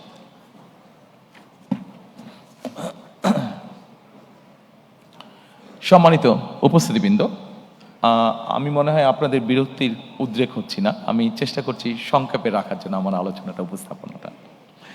আমি হয়তো ঠিক রেগুলার নর্মালি আপনারা যেভাবে দেখে অভ্যস্ত ম্যানিফেস্টো উপস্থাপন, আমি ঠিক ওভাবে যাচ্ছি না। নর্মালি সাধারণত লাইন বাই লাইন আমাদের নেতৃবৃন্দরা পড়ে যান। আমি যতটুকু বিশ্বাস করি, যতটুকু বুঝি, যতটুকু জানি, যে জিনিসগুলো আমি বিশ্বাস করি, আপনাদের সামনে আমি সেই জিনিসগুলো উপস্থাপনের চেষ্টা করছি। অবশ্যই এর অর্থ এই নয় যে বাকি জিনিসগুলোর সাথে আমি একমত নই। অবশ্যই বাকি জিনিসগুলোর সাথে আমি একমত। আমার পার্টির নেতৃবৃন্দ, আমাদের এক্সপার্টসরা মিলে সব তৈরি করেছেন, সবগুলোর সাথেই আমি একমত যে এই সবগুলোই কাজ আমরা পর্যায়ক্রমিকভাবে ইনশাল্লাহ করব। তবে এখানে যেই বিষয়গুলো আমার কাছে বেশি ভালো লেগেছে বা বেশি পছন্দ, সেই বিষয়গুলো আপনাদের সামনে আমি সংক্ষেপে উপস্থাপন করছি। সম্মানিত উপস্থিতবৃন্দ, আসুন এরপরে কৃষি এবং খাদ্য। কৃষির ব্যাপারে কৃষক কার্ড নিয়ে আমি আপনাদেরকে কিছুটা বলেছি। এই কৃষক কার্ড আমরা বিশ্বাস করি কৃষি এবং কৃষককে একটা খুব স্ট্রং সাপোর্ট দিবে, যেটি লং রানে আমাদের কৃষি এবং কৃষককে গড়ে তুলতে আমাদের জন্য, দেশের জন্য এটা ভালো হবে। আমরা এর মধ্যে একটি সিদ্ধান্ত গ্রহণ করেছি। আমরা সিদ্ধান্ত গ্রহণ করেছি যেটি আমরা 91 সালেও কাজটি করেছিলেন দেশনেত্রী খালেদা জিয়া যখন উনি সরকার গঠন করেন। এইবার ইনশাল্লাহ 12 তারিখে আমরা সরকার গঠনে সক্ষম হলে 10,000 টাকা পর্যন্ত কৃষি ঋণ, সেটিকে আমরা সুদ সহ মওকুফ করতে চাই। আমরা হিসাব করে দেখেছি, আমাদের কাছে যে স্ট্যাটিস্টিক্স আছে, আমরা হিসাব করে দেখেছি যে এই মুহূর্তে যত ঋণ আছে 10,000 টাকা পর্যন্ত কৃষি ঋণ যদি আমরা মওকুফ করি, সেটা সরকারের এমন কিছু চাপ পড়বে না। কাজে কৃষকদেরকে একটা সাপোর্ট দেওয়ার জন্য, এই কাজটি আমরা করতে চাই। সম্মানিত উপস্থিতিবৃন্দ, আমরা একটি কাজ শুরু করতে চাই। এই কাজটি পরিবেশের সাথে সম্পর্কিত, এই কাজটি কৃষির সাথে সম্পর্কিত, এই কাজটি প্রকৃতির অনেক কিছুর সাথে সম্পর্কিত। সেটা হচ্ছে খাল খনন কর্মসূচি আমরা শুরু করতে চাই। খাল খনন কর্মসূচি আমরা দেখেছি দেশে গ্রামে যেরকম পপুলার, একইভাবে শহর অঞ্চলগুলোতেও খাল খনন কর্মসূচি অনেক পপুলার। এবং খাল খনন কর্মসূচি আমরা কেন তৈরি করতে চাই, আমি আপনাদেরকে সংক্ষেপে কয়েকটি উদাহরণ দিতে চাই। সম্মানিত উপস্থিতিবৃন্দ, আমাদের খাল খনন কর্মসূচি যে পরিকল্পনা আছে, সেই পরিকল্পনার মধ্যে 20,000 কিলোমিটার ক্যানেল ডিগিং আমরা করতে চাই সারা দেশ মিলে। এখন এর অনেকগুলো কারণ আছে। আমি খুব সংক্ষেপে আপনাদেরকে একটি উদাহরণ দিয়ে বোঝানোর চেষ্টা করতে চাই। আপনাদের নিশ্চয়ই অনেকের মনে আছে, 1 বছর আগে হঠাৎ করে একটি ফ্লাড হয়েছিল নোয়াখালী অঞ্চলে, গ্রেটার নোয়াখালী অঞ্চলে। দয়া করে আপনারা সকলে একটা সুইমিং পুলের কথা চিন্তা করুন, যে এই সুইমিং পুলটার radius 50 square mile, average depth হচ্ছে 7 ফিট। আমরা যদি এরকম একটা সুইমিং পুল চিন্তা করি, সেই নোয়াখালী অঞ্চলে যেই বন্যাটা হয়েছিল, আমরা যদি পুরোটাকে এরকম একটা সুইমিং পুল চিন্তা করি, তাহলে চিন্তা করে দেখবেন ওই পানি যেটা হয়েছিল সেটা কিন্তু 15 দিন পরে চলে গিয়েছিল। কিন্তু আমরা যদি একটা 50 স্কোয়ার মাইলের একটা সুইমিং পুল, যেটার এভারেজ ডেপথ হচ্ছে 7 ফিট, আমরা যদি এই পরিমাণ পানিকে, যেই পানিটি আমাদের কাছে থাকবে যতক্ষণ আমাদের প্রয়োজন, 7-15 দিনে চলে যাবে না। যদি আমরা এই পানিটিকে ধরে রাখার ব্যবস্থা করতে চাই, তাহলে আমাদেরকে অবশ্যই খাল খনন করতে হবে। প্রিয় উপস্থিতিবৃন্দ, খাল খনন আমাদেরকে আরেকটি কারণে করতে হবে। আমরা বাংলাদেশের যে কোনো জায়গায় যাই না কেন, এখন নলকূপের জন্য বোরিং করি না কেন, আমাদেরকে অনেক ভেতরে যেতে হয়। অর্থাৎ সারফেস ওয়াটার এত পরিমাণ আমরা ব্যবহার করেছি যে এখন আন্ডারগ্রাউন্ড ওয়াটারও ব্যবহার করতে করতে আমাদের ওয়াটার লেভেল অনেক নিচে চলে গিয়েছে। আমরা যদি এই ওয়াটারটাকে রিচার্জ না করি, তাহলে আমাদেরকে আগামী কয়েক বছর পরে ভীষণ বিপদে পড়তে হবে। খাল খনন হচ্ছে এটির অন্যতম আরেকটি কারণ। আমাদের একটি প্রবলেম আছে, আর্সেনিক প্রবলেম। বাংলাদেশের বিভিন্ন অঞ্চলে আর্সেনিক প্রবলেম আছে। আপনি যত আন্ডারগ্রাউন্ড ওয়াটার টেনে তুলবেন, আর্সেনিক আস্তে আস্তে উপরে আসতে শুরু করবে। আপনি যত ওয়াটার রিচার্জ করবেন, আস্তে আস্তে আর্সেনিকটা ডাইলিউট হতে লাগবে, নিচে যেতে লাগবে। কাজেই বিভিন্ন বিষয়ে যদি আমরা বিবেচনা করি, সম্মানিত উপস্থিতিবৃন্দ, আপনারা নিশ্চয়ই লক্ষ্য করেন অনেক সময় যখন ঢাকা থেকে একটু বাইরে টেরে যান, আপনারা বাই রোড যান, আপনারা খেয়াল করে দেখবেন রাস্তার দুই ধারে কম বেশি যেই গাছগুলো থাকে, দেখবেন গাছগুলো কেমন যেন নেতিয়ে পড়েছে। এই নেতিয়ে পড়ার আরেকটা কারণ হচ্ছে ওই এলাকায় যে আন্ডারগ্রাউন্ড ওয়াটার লেভেল আছে এত নিচে চলে গিয়েছে যে গাছগুলো তার শিকড় আর নিচে পাঠাতে পারে না, এত নিচে চলে গিয়েছে। কাজে আমাদের এই প্রকৃতিকেও যদি আমাদের ঠিক করতে হয়, ধীরে ধীরে যদি আবার একটা স্বাভাবিক পরিস্থিতি ফিরিয়ে আনতে হয়, তাহলে আমাদের ক্যানেল ডিগিং করা অত্যন্ত প্রয়োজন। আমাদের পরিকল্পনার মধ্যে একটি রয়েছে বরেন্দ্র প্রকল্প পুনর্চালুকরণ করা। এই বরেন্দ্র প্রকল্প সম্পর্কে আপনাদের অনেকেরই ধারণা আছে। এটি রাজশাহী, চাঁপাইনবাবগঞ্জ, রাজশাহী ওইদিকে শুরু হয়েছিল এবং এটির বিস্তার মোটামুটি ঠাকুরগাঁ, পঞ্চগড় পর্যন্ত। এই বরেন্দ্র প্রকল্প চালু করার পরে আমাদের পুরো উত্তরাঞ্চলের কৃষির উৎপাদনই একদম পাল্টে গিয়েছিল। এই প্রকল্পটি মোটামুটিভাবে এখন অলমোস্ট মৃতপ্রায়। আমরা চাই এই প্রকল্পটিকে আবার চালু করার জন্য। সম্মানিত উপস্থিতিবৃন্দ, আমাদের এই কৃষি এবং খাদ্যের মধ্যে আপনি যদি খেয়াল করেন, ডান দিকে একটি আছে জলবায়ু ঝুঁকি মোকাবেলা। জলবায়ু ঝুঁকি মোকাবেলা আমরা সিদ্ধান্ত গ্রহণ করেছি, আমরা পরিকল্পনা গ্রহণ করেছি যে এই ঝুঁকিটা আমাদের জন্য অত্যন্ত রিস্কি একটা ঝুঁকি।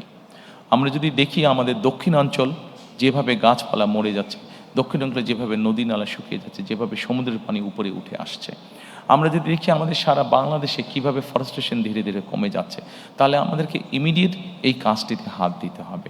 এবং আমরা ঠিক করেছি 5 বছরে আমরা চেষ্টা করব, 5 বছরে আমরা চেষ্টা করব, যদিও খুব অ্যাম্বিশিয়াস প্রোগ্রাম, তারপরে আমাদের পরিকল্পনা আছে এবং 5 বছরে আমরা চেষ্টা করছি প্রায় 50 কোটির কাছাকাছি বৃক্ষরোপণ করার জন্য। এরই ভিতরে আমাদের যারা এক্সপার্ট আছেন তারা মোটামুটিভাবে কাজ করেছেন যে কোন এলাকার কোন বৃক্ষটা ভালো হবে, সেভাবে আমরা আমাদের পরিকল্পনা সাজিয়েছি। কাজেই টেকনাফে যেই বৃক্ষটা হবে তেঁতুলিতেও সেটা হতে পারে, কিন্তু অত ভালো হবে না, কারণ ওখানকার সয়েল ইজ ডিফারেন্ট, ক্লাইমেট আবহাওয়া কিছুটা ডিফারেন্ট। সেই জন্য আমরা সেভাবেই চিন্তা ভাবনা করেছি। এবং আরেকটি জিনিস করেছি, এখন যেটা মডার্ন যুগে করা যায়, আপনি স্যাটেলাইট ইমেজ দিয়ে আপনি কোনো জায়গায় যদি 500 গাছ লাগান, আপনি যদি 500 গাছের চারা ওখানে রোপণ করতে চান, ওখানে 500 চারা রোপণ হলো কি হলো না আপনি স্যাটেলাইট ইমেজ দিয়ে কিন্তু ওটা ঘরে বসেই আপনি দেখতে পারবেন, মনিটর করতে পারবেন। সেজন্য এই সুবিধাটাও আমাদের আছে। তো আমাদেরকে জলবায়ুর ঝুঁকি মোকাবেলা করার জন্য আমাদেরকে জলবায়ুর উপযোগী যেই গাছগুলো আছে সেগুলো লাগাতে হবে, সেগুলো রোপণ করতে হবে। যেমন আমরা যদি ঢাকা শহরে, এই বোধহয় গত পরশুদিনও আমরা কোনো একটা নিউজে আমি দেখলাম যে ঢাকা শহর বোধহয় পলিউশনে আবার বোধহয় কয়েকটার মধ্যে প্রথম বা দ্বিতীয় তৃতীয় এরকম হয়েছে। কাজেই এই ঢাকা শহরের এয়ারকেও যদি ফিল্টার করতে হয়, আপনাদের নিশ্চয়ই অনেকের জানা আছে যে নিম গাছ সাধারণত অন্য নর্মাল গাছের থেকে 3 গুণ বেশি অক্সিজেন প্রডিউস করে। কাজে আমরা যদি নিম গাছ প্রচুর পরিমাণে ঢাকা শহরে লাগাতে সক্ষম হই, রোপণ করতে সক্ষম হই, তাহলে আমরা কিছুটা হলেও আমাদের ঢাকা শহরের বাতাসকে আমরা ফিল্টার করতে পারবো। অবশ্যই এর বাইরে আমাদেরকে অনেকগুলো স্টেপ গ্রহণ করতে হবে, যেমন ডিজেল ইঞ্জিনের ব্যবহার কমিয়ে আনতে হবে, ফসিল ফুয়েল যেগুলোতে ব্যবহার হয় সেগুলো আমাদেরকে কমিয়ে আনতে হবে, আমাদেরকে ইলেকট্রিক ভেহিকলকে মোর এনকারেজ করতে হবে।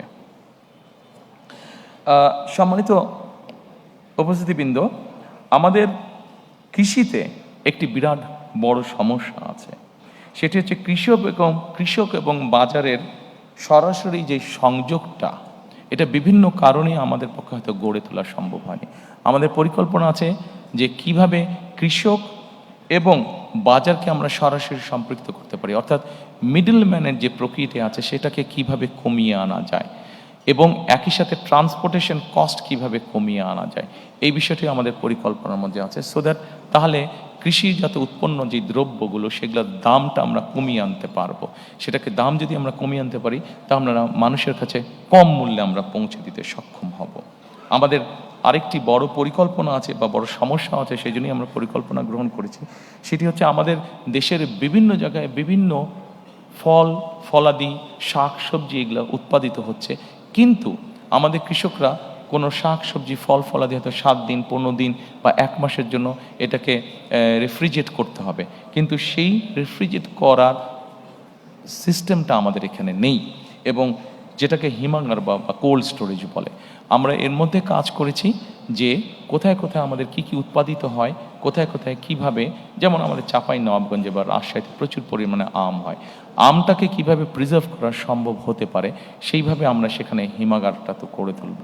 যেখানে আমাদের টমেটো হচ্ছে, সেই সিলেট অঞ্চল ধরে যে বিভিন্ন জায়গায় আমাদের টমেটো হচ্ছে, এই টমেটোগুলো আমরা একসময় দেখি যে কৃষকরা ফেলে দেয় বা গরু ছাগল খায়, কারণ সে প্রপার দাম পাচ্ছে না, কারণ একটা সার্টেন টাইমের পরে সে যে ওটাকে রেফ্রিজারেট করবে সেই অবস্থাটা নেই।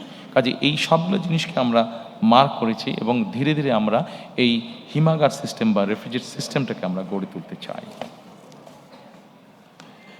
সম্মানিত উপস্থিতিবৃন্দ, এরপরে আমি আপনাদেরকে অনুরোধ করব কর্মসংস্থান ও যুব উন্নয়নটি দেখার জন্য। কর্মসংস্থান এবং যুব উন্নয়ন, আমাদের প্রায় 27 লক্ষ বেকার আছে। এর মধ্যে 9 লক্ষ হচ্ছে আমাদের শিক্ষিত বেকার। প্রতি বছর বেকারের সংখ্যা বাড়ছে বই কমছে না। আমরা যদি আমাদের ডেমোগ্রাফিটা দেখি, পপুলেশন ডেমোগ্রাফিটা দেখি যে 15-20 বছর থেকে আমাদের 60-62 বছর পর্যন্ত, তাহলে এটির সুবিধা আমরা পাবো 2040 সাল পর্যন্ত। অর্থাৎ আমাদের যারা এখন ইয়াং জেনারেশন আছে, এদেরকে যদি আমরা আগামী 40 সালের ভিতরে কর্মসংস্থানের ব্যবস্থা করতে না পারি, তাহলে আমরা আমাদের অর্থনীতির যে গতি আছে এটিকে আমরা তৈরি করতে পারবো না। অর্থনৈতিক যে সমৃদ্ধি আছে সেই সমৃদ্ধিটাকে আমরা কাজে লাগাতে পারবো না। সেই জন্য আমাদেরকে যে কোনোভাবেই হোক আমাদেরকে সিদ্ধান্ত বা পরিকল্পনা গ্রহণ করতে হবে কিভাবে আমরা এত বিপুল সংখ্যক, অর্থাৎ 15-20 বছর থেকে 60-62 বছর পর্যন্ত, যে অর্থাৎ 2040 সালের মধ্যে আমরা আমাদের যুব বলতে যেই শ্রেণীটা আছে, তরুণ বলতে যেই শ্রেণীটা আছে, তাদের কর্মসংস্থানের ব্যবস্থা করতে পারি। আমরা এখানে অনেকগুলো বিষয় চিন্তা করেছি, তার মধ্যে 2-3টি বিষয় আমি আপনাদের সাথে আলোচনা করব। যেমন বিদেশি ভাষা। আমাদের দেশ থেকে প্রচুর মানুষ বাইরে যায়। আমরা যদি এই মানুষগুলোকে যারা বাইরে যায় এদেরকে যদি আমরা ল্যাঙ্গুয়েজ কোর্স দিতে পারি, তাহলে এটি কিন্তু তার জন্য একটা বেনিফিট হবে। এবং ল্যাঙ্গুয়েজ কোর্সের কারণেই কিন্তু সে অনেক জায়গায়, দেশের বাইরে অনেক জায়গায় অনেক ইজিলি সে তার কর্মসংস্থানের ব্যবস্থা করতে পারবে। একই সাথে আমরা তাদের দক্ষতা অর্জনের জন্য দেশের বিভিন্ন জায়গায় এরিয়া বেসিসে আমরা বিভিন্ন ট্রেনিং ইনস্টিটিউট আমরা তৈরি করতে চাই, আমাদের এর ভিতরে আমরা যেটা কাজ করেছি সেটা হচ্ছে যে আমরা বিভিন্নভাবে চেক করেছি যে আগামী 10 বছর পর্যন্ত পৃথিবীর কোন কোন দেশে কি ধরনের মানুষ যেতে পারে, কি ধরনের মানুষ যাওয়ার কাজের স্কোপ আছে, সেটির ভিত্তিতে আমরা আমাদের ট্রেনিং ইনস্টিটিউটগুলোকে ঢেলে সাজানোর পরিকল্পনা করেছি। এর বাইরে আমাদের যেটা লক্ষ্য আছে সেটা এসএমই ঋণ প্রদান, অর্থাৎ এসএমই ছোট বা মিডিয়াম যে ইন্ডাস্ট্রিগুলো হবে সেখানে সহজ শর্তে ঋণ প্রদান করতে চাইছি। আমরা যারা অনলাইনে শপিং করে অ্যামাজন এবং আলিবাবা এই ধরনের প্রতিষ্ঠানের সাথে আপনাদের অনেকেরই পরিচয় আছে। এইখানে যেই দ্রব্যগুলো পাওয়া যায়, প্রোডাক্টগুলো পাওয়া যায়, এগুলো যে খুব রকেট সায়েন্স টাইপের প্রোডাক্ট তা না, এগুলা বরং এই প্রোডাক্টগুলো খুব সহজেই কিন্তু তৈরি করা সম্ভব হয়। আমরা যেটা করতে চাইছি, আমরা আমাদের এসএমই এন্টারপ্রেনার যারা থাকবে তাদেরকে আমরা এনকারেজ করতে চাইছি যে তারা এই ধরনের ছোট ছোট সেটআপগুলো তারা করুক, এবং আমরা সরকার থেকে তাদেরকে বিভিন্ন রকম সহযোগিতা করবো। অ্যাট দ্য সেম টাইম আমরা অ্যামাজন এবং আলিবাবা এই ধরনের প্রতিষ্ঠানের সাথে প্রাইমারি কথা বলেছি যে তারা তাদের প্রকিউরমেন্টটা বাংলাদেশ থেকে করুক। যখন তারা বাংলাদেশ থেকে তাদের প্রকিউরমেন্টটা করা শুরু করবে, খুব স্বাভাবিকভাবেই আমাদের এই মিল ফ্যাক্টরিগুলো চলবে, এবং এই মিল ফ্যাক্টরিগুলো চলা মানেই কর্মসংস্থানের ব্যবস্থা হওয়া। সম্মানিত উপস্থিতিবৃন্দ, আমাদের আগামী দিনের লক্ষ্য হচ্ছে আমরা যেই পরিকল্পনায় গ্রহণ করি না কেন, প্রত্যেকটি পরিকল্পনা অন্যতম প্রাইমারি লক্ষ্য হচ্ছে আমাদের কর্মসংস্থান তৈরি করা, যত বেশি সংখ্যক কর্মসংস্থান তৈরি করা।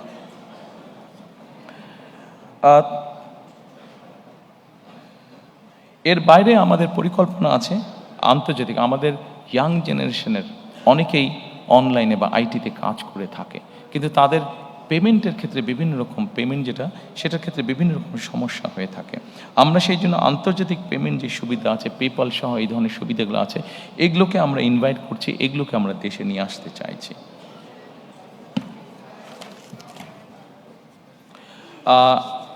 সম্মানিত উপস্থিতিবৃন্দ, এরপরে আমি শিক্ষা, মানব সম্পদ এবং স্বাস্থ্য সেবা এটির প্রতি আপনাদেরকে নজর দিতে বলবো। আমাদের শিক্ষা খাতে জিডিপির 5% আমরা বরাদ্দ করতে চাইছি, অবশ্যই একবারে না, সেটা পর্যায়ক্রমিকভাবে করতে চাইছি। আমরা ফ্রি ওয়াইফাই বিভিন্ন ইম্পর্টেন্ট জায়গাগুলোতে ফ্রি ওয়াইফাই আমরা ইন্ট্রোডিউস করতে চাইছি। আপনারা বলতে পারেন যে ফ্রি ওয়াইফাই এত সহজ নাকি দেওয়া? এটার জিনিসটা এমন হবে, কেউ যদি কোথাও ফ্রি ওয়াইফাইটা ব্যবহার করতে চায়, সে লগ ইন করার পরে তাকে ছোট একটি অ্যাড দেখতে হবে। অ্যাডটি ভালো লাগুক বা না লাগুক, অ্যাডটি তাকে দেখতে হবে। এই জন্য অ্যাডটি দেখতে হবে যে অ্যাডের মাধ্যমে ওখানকার যে খরচটা, সেই খরচটা উঠে আসবে, এবং তারপরে সে হয়তো 1 ঘন্টা বা 1.5 ঘন্টা সেই ফ্রি ওয়াইফাইটি ব্যবহার করতে পারবে। এর বাইরে আমরা ওয়ান টিচার ওয়ান ট্যাব, আমাদের প্রথমে প্রাইমারি স্কুল এবং তারপরে সেকেন্ডারি স্কুলে যত টিচার আছেন তাদেরকে আমরা পর্যায়ক্রমিকভাবে একটি ট্যাবের আন্ডারে নিয়ে আসতে চাইছি, যার মাধ্যমে তারা যেমন শিক্ষা দিতে পারবেন, একইভাবে তাদেরকে কোনো ট্রেনিং ইনস্ট্রাকশন দিতে হলে সেই ট্যাবের মাধ্যমে তাদেরকে আমরা সেন্ট্রালি সেই কাজটি আমরা করতে পারবো। আমরা প্রাথমিক এবং মাধ্যমিক শিক্ষা ব্যবস্থায় স্কুল ইউনিফর্ম ইন্ট্রোডিউস করতে চাচ্ছি। অবশ্যই এটা আমরা সরকারের পক্ষ থেকে এই ইউনিফর্মটি দিতে চাচ্ছি। এই ইউনিফর্মটি দেওয়ার একটা অন্যতম কারণ হচ্ছে, স্বাভাবিকভাবে সবাই যখন একই ইউনিফর্ম পরবে তখন বাচ্চাদের মধ্যে একটা ডিসিপ্লিন আসে, একটা ইউনিটি আসে। সেই মানসিকতাটা আমরা গড়ে তুলতে চাইছি।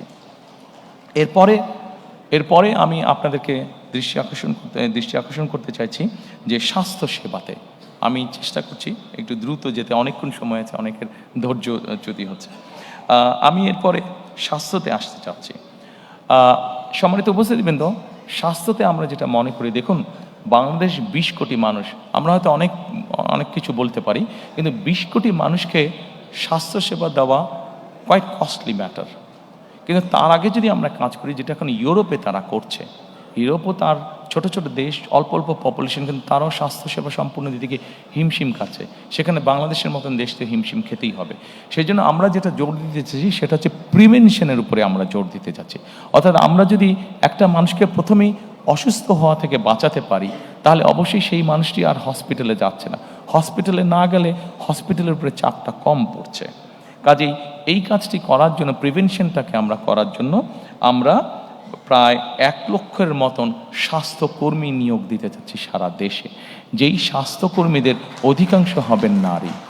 এই স্বাস্থ্যকর্মীরা মানুষের বাসায় বাসায় যাবে, গ্রামে গ্রামে বাসায় বাসায় যাবে, শহরেও বাসায় বাসায় যাবে, গিয়ে তাদেরকে স্বাস্থ্যসেবাটা ঘরে দেবে এবং তাদেরকে অ্যাওয়্যার করবেন যে এটা কাজ না করলে ডায়াবেটিক হবে না, এটা কাজ না করলে হাই প্রেশার বা কার্ডিয়াক প্রবলেম হবে না, এটা কাজ না করলে কিডনি প্রবলেম হবে না। এই ধরনের জিনিসগুলোকে তারা অ্যাওয়্যার করবেন। তার ফলে আমরা চাচ্ছি যে প্রথমেই যদি একজন মানুষকে অসুস্থ হওয়া থেকে বাঁচানো যায়, তাহলে সরকারের যে রিসোর্স আছে সেটার উপর চাপটা কম পড়বে। যেই রিসোর্স আছে সেটা দিয়ে যারা সত্যিকারভাবে অসুস্থ হবেন তাদেরকে কিছুটা হলেও বেটার ট্রিটমেন্ট দেওয়া যায়। আমরা প্রাইভেট পার্টনারশিপ একটি বিষয় চিন্তা করছি।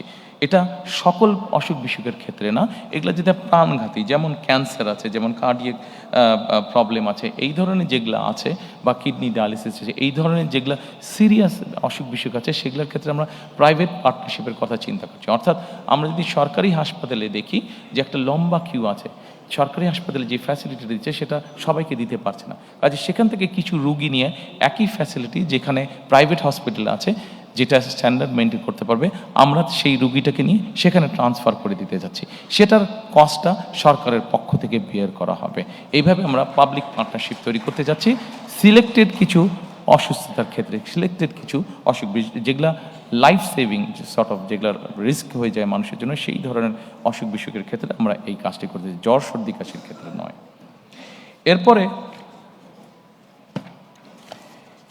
এরপরে আমি আপনাদেরকে অনুরোধ করব প্রতিরক্ষা পররাষ্ট্রনীতিতে। সম্মানিত উপস্থিতিবৃন্দ, অবশ্যই সশস্ত্র বাহিনীকে আমরা সকল বিতর্ক এবং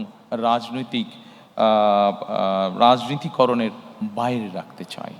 আমরা যদি সত্যিকারভাবে আমাদের একটি শক্তিশালী সশস্ত্র বাহিনী গড়ে তুলতে চাই, তাহলে অবশ্যই আমাদেরকে পেশাদারিত্ব বা প্রফেশনালিজমের উপরে জোর দিতে হবে এবং অবশ্যই তাদেরকে সকল রাজনীতিকরণের বাইরে আমাদেরকে রাখতে হবে।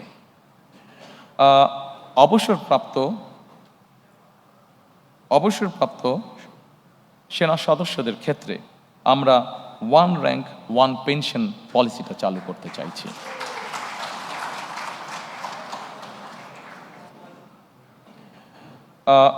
সম্মানিত উপস্থিতিবৃন্দ, ফরেন পলিসির ক্ষেত্রে কথা আছে যে ফরেন পলিসিটা কেমন হবে। আমি এক বাক্যে আপনাদেরকে বলছি, দেখুন বাংলাদেশে 20 কোটি মানুষ, আমরা এর আগেই বলেছি বহু 4 কোটি বেকার আছে, স্বাস্থ্যর বিষয় আছে, কর্মসংস্থানের বিষয় আছে।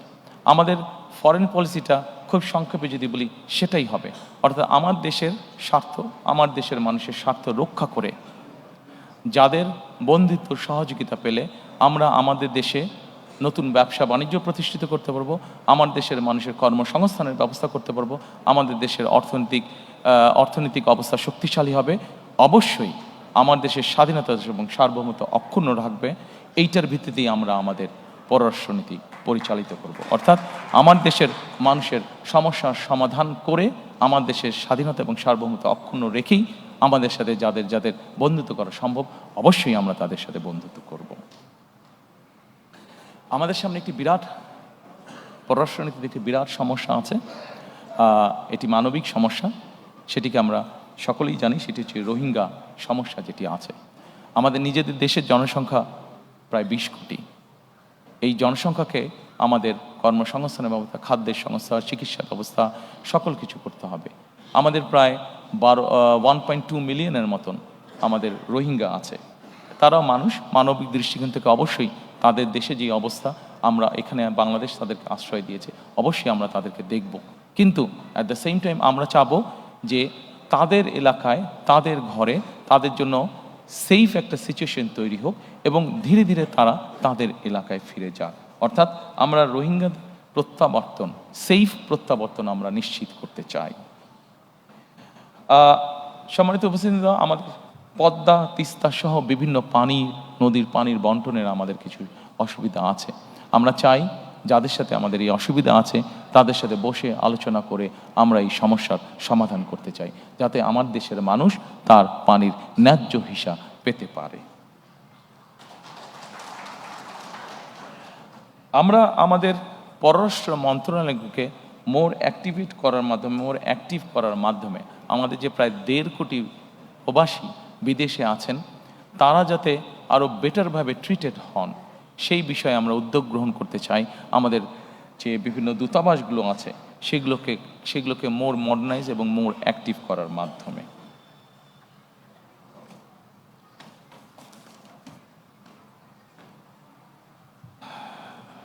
সম্মানিত উপস্থিতিবৃন্দ, এরপরে একটি অত্যন্ত গুরুত্বপূর্ণ বিষয় আছে, সেটির প্রতি আপনাদেরকে আমি অনুরোধ করব নজর দেওয়ার জন্য। শ্রমিক এবং প্রবাসী কল্যাণ। আমাদের দেশে একটি সমস্যা আছে। আমাদের দেশের নারী, পুরুষ এবং প্রতিবন্ধী যারা, তাদের ক্ষেত্রে একটি বেতনের ব্যাপারে একটি বৈষম্যমূলক আচরণ হয়ে থাকে অনেক জায়গায়, অনেক ক্ষেত্রে।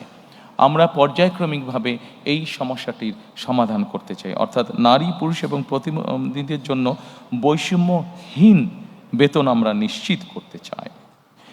আমরা একই সাথে মাতৃকালীন যে ছুটি আছে, নারীদের যে মাতৃকালীন ছুটি আছে, সেই ছুটিটাকে আমরা 6 মাসের উইথ স্যালারি, মানে সবেতন ছুটিতে আমরা নিয়ে আসতে চাই। এটিকে আমরা পর্যায়ক্রমিকভাবে শিশু শ্রম বন্ধ করার পরিবেশ আমরা নিশ্চিত করতে চাই। প্রিয় সহকর্মীবৃন্দ, আমাদের যে 1.5 কোটি প্রবাসী আছেন, এই প্রবাসীদের জন্য আমরা একটি প্রবাসী কার্ড ইন্ট্রোডিউস করতে চাই। এই কার্ডটি তাকে ব্যাংকিং ফ্যাসিলিটি দিবে এবং এই কার্ডটির মধ্যে তার সব রকম ডিটেলস থাকবে। যখন উনি ফিরে আসবেন, এই কার্ডটির মাধ্যমে উনি কি কি কাজ করেছেন সেটার উপরে ভিত্তি করে যাতে তাকে আমরা একটা দেশে সুন্দর পরিবেশের নিশ্চয়তা দিতে পারি। এটিকে আমরা নাম দিয়েছি, যেটি আমরা প্রবর্তন করতে চাই, এটিকে আমরা নাম দিয়েছি প্রবাসী কার্ড।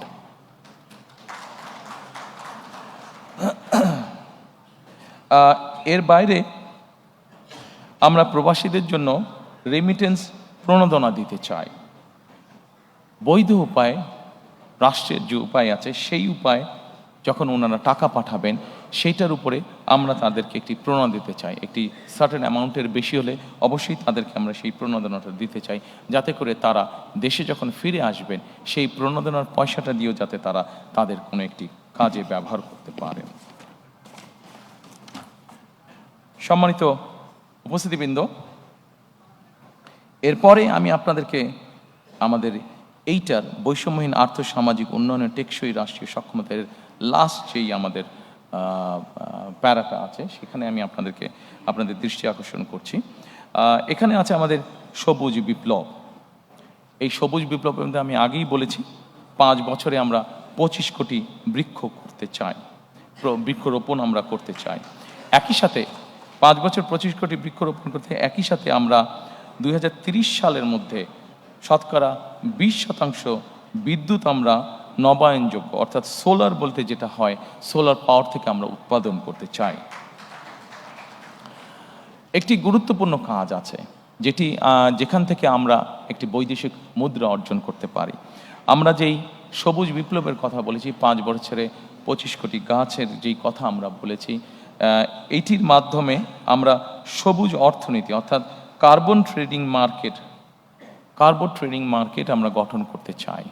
এবং এই কার্বন ট্রেডিং মার্কেট গঠনের মাধ্যমে আমরা হিসেব করে দেখেছি যে আমরা মোটামুটি $1 বিলিয়ন আমরা সেখান থেকে ইনকাম করতে পারবো, যেটি এখন খুবই সামান্য আছে, এবার 2.5 মিলিয়নের মতন আছে, সেটিকে আমরা 1 বিলিয়নে নিয়ে যেতে পারবো।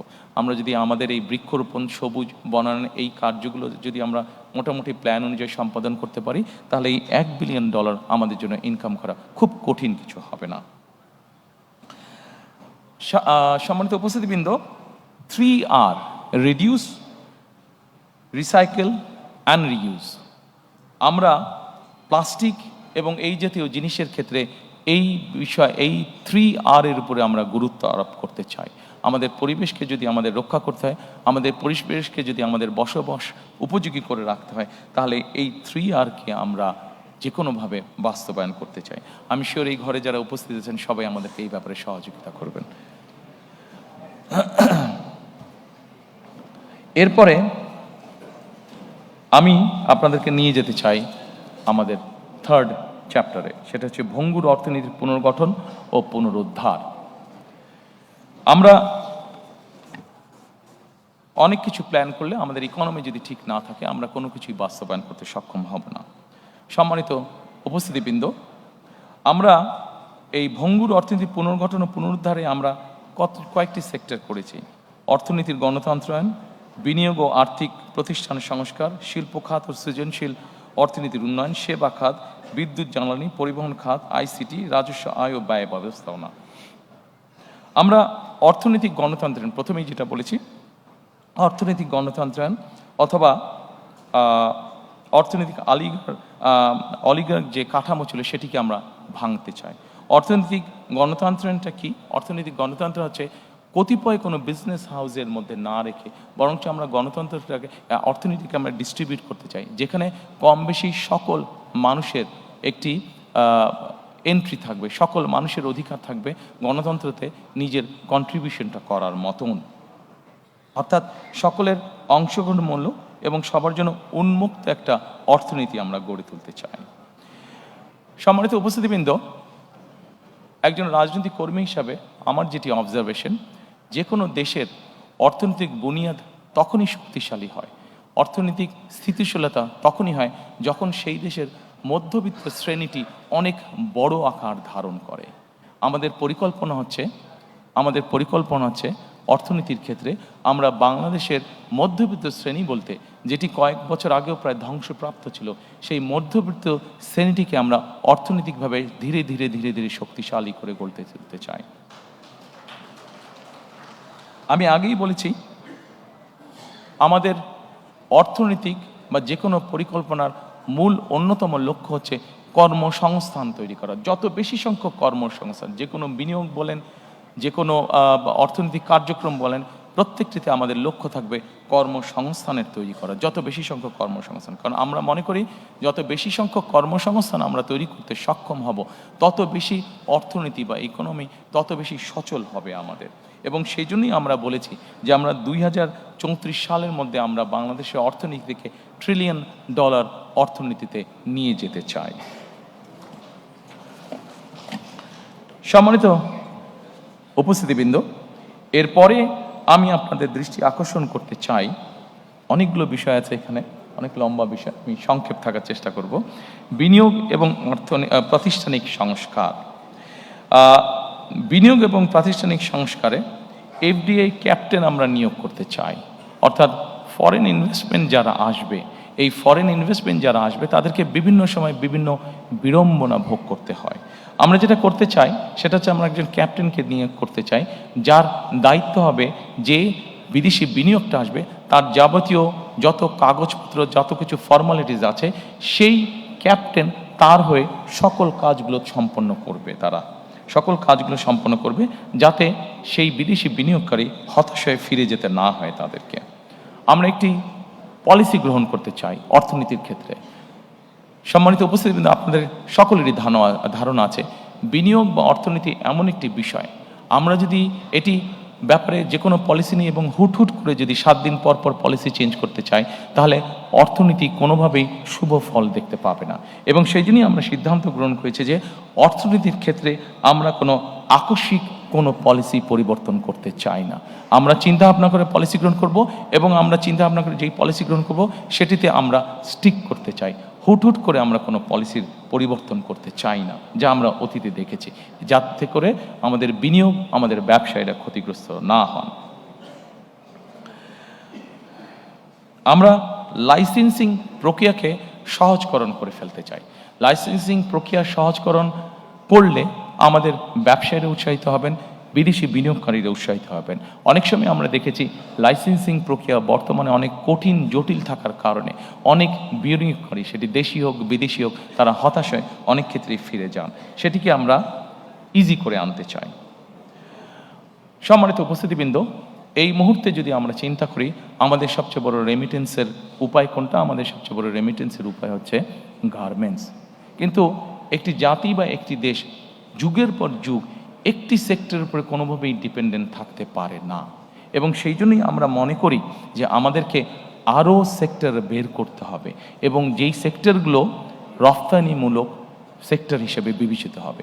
আমরা ফার্মাসিউটিক্যালের কথা চিন্তা করতে পারি, আমরা লেদার শিল্পের কথা আমরা চিন্তা করতে পারি, আমরা আইটির কথা আমরা চিন্তা করতে পারি, আমরা টয় ইন্ডাস্ট্রির কথা চিন্তা করতে পারি, আমরা ইলেকট্রনিক ইন্ডাস্ট্রির কথা চিন্তা করতে পারি।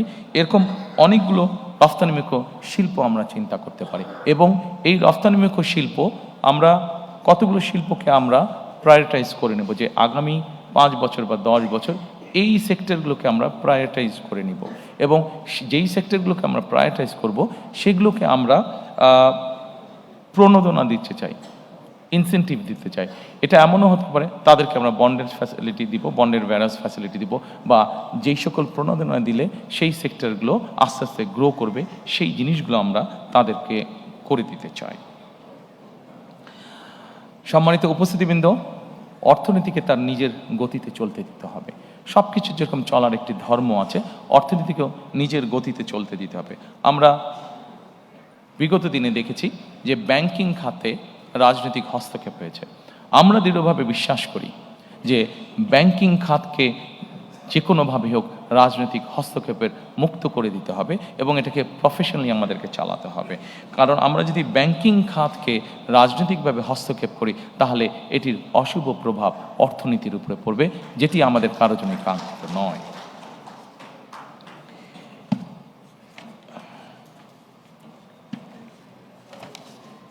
এরপরে আমি আপনাদেরকে অনুরোধ করব শিল্প খাত ও সৃজনশীল অর্থনীতির উন্নয়ন এই বিষয়টি দেখার জন্য।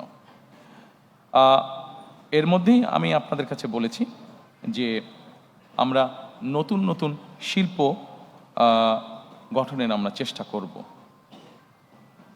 এর মধ্যে একটি বিষয় আছে, বিশেষ করে ক্ষুদ্র ও কুটির মাঝারি শিল্প যেটা আছে, এগুলোকে আমরা টার্গেটেড সাপোর্ট আমরা দিতে চাই। এগুলোকে আমরা টার্গেটেড সাপোর্ট দিতে চাই, যে এসএমই আছে, ক্ষুদ্র এবং কুটির শিল্প যেগুলো আছে। আমরা এর আগে দেখেছি, বিগত সময়ে আমরা দেখেছি অনেক বিনিয়োগ হয়েছে কিন্তু কর্মসংস্থানের ব্যবস্থা হয়নি। আমরা 100 মিলিয়ন দিয়ে একটা ফ্যাক্টরি যদি করি, কিন্তু ওটাতে যত না মানুষ কর্মসংস্থানের ব্যবস্থা হবে, আমরা যদি 10 মিলিয়ন দিয়ে বা 1 মিলিয়ন দিয়ে কোনো ফ্যাক্টরি করি, আমরা দেখেছি যে সেখানে অধিক কর্মসংস্থানের ব্যবস্থা হয়ে থাকে। সেজন্যই আমরা আভ্যন্তরীণ শিল্প ভিত্তিকে শক্তিশালী করা এবং শিল্প খাতের বহুমুখীকরণের লক্ষ্যে আমাদের সরকার বিভিন্ন ধরনের প্রণোদনা প্রদানের পরিকল্পনা আমরা গ্রহণ করেছি।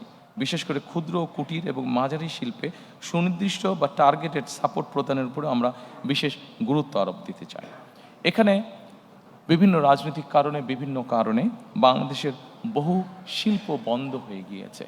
শিল্প বন্ধ হওয়া মানেই অর্থনীতির গতি থেমে যাওয়া। শিল্প বন্ধ হওয়া মানেই বহু মানুষ বেকার হয়ে যাওয়া। শিল্প বন্ধ হওয়ার মানেই বহু মানুষের সংসার বসে যাওয়া, বহু শিক্ষার্থীর জীবন নষ্ট হয়ে যাওয়া। সেজন্যই আমরা সিদ্ধান্ত গ্রহণ করেছি যেসব বন্ধ শিল্প আছে প্রত্যেকটির জন্য দরকার হলে আলাদা আলাদাভাবে বসে আমরা পলিসি বের করব যে ওই শিল্পগুলোকে যাতে আবার চালু করা যায় এবং সেখানে যাতে আবার অর্থনৈতিক কর্মচাঞ্চল্য শুরু হয়, সেখানে যাতে আবার নতুন করে কর্মসংস্থানের ব্যবস্থা হয়। আমি এরপরে যেই লাইনটি আছে এটা আমি আপনাদের সামনে এর মধ্যে অলরেডি উল্লেখ করেছি যে রফতানিমুখী শিল্পগুলোকে আমরা বন্ডেড সুবিধা, বন্ডেড ওয়্যারহাউস সুবিধা আমরা দিতে চাই। সম্মানিত উপস্থিতিবৃন্দ, বাংলাদেশে এরকম অনেক অঞ্চল আছে, আমরা যদি ভালো করে লক্ষ্য করে থাকি বাংলাদেশে এরকম অনেক অঞ্চল আছে, বিভিন্ন অঞ্চলের বিভিন্ন কতগুলো সুবিধা আছে।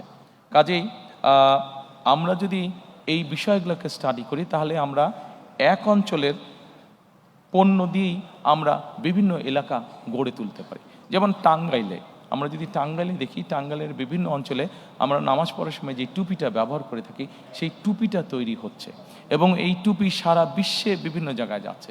কাজে আমরা যদি ওই শিল্পটাকে ওখানে এনকারেজ করি, যারা করছে তাদেরকে সহযোগিতা করি এবং আরও নতুন যারা করতে চায় তাদেরকে যদি সহযোগিতা করি তাহলে আরও অধিক সংখ্যক মানুষের যেরকম কর্মসংস্থান হবে, আরও অধিক সংখ্যক এক্সপোর্ট যাবে এবং এক্সপোর্ট যাওয়া মানে আমাদের more number of foreign currency we can earn.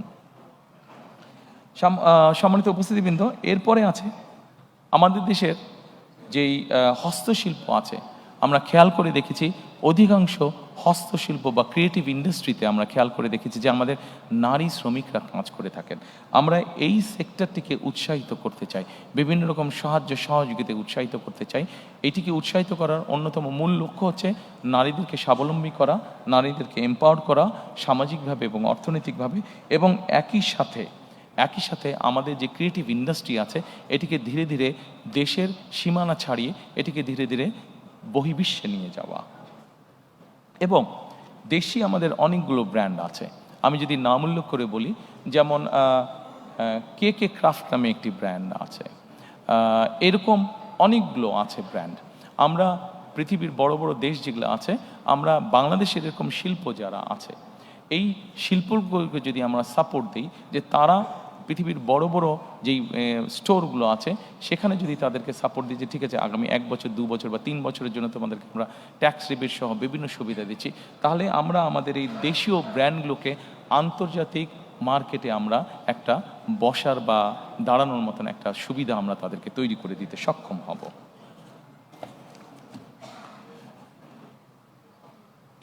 সম্মানিত উপস্থিতিবৃন্দ, এরপরে আপনাদেরকে আমি অনুরোধ করব সেবা খাতের প্রতি দৃষ্টি দেওয়ার জন্য। সেবা খাতের জন্য দৃষ্টি দেওয়া। সেবা খাতটাকে এখানেও আমরা অনেক কর্মসংস্থান তৈরি করার পরিকল্পনা গ্রহণ করেছি। ব্যাংকিং আছে, আইটি আছে, পর্যটন আছে।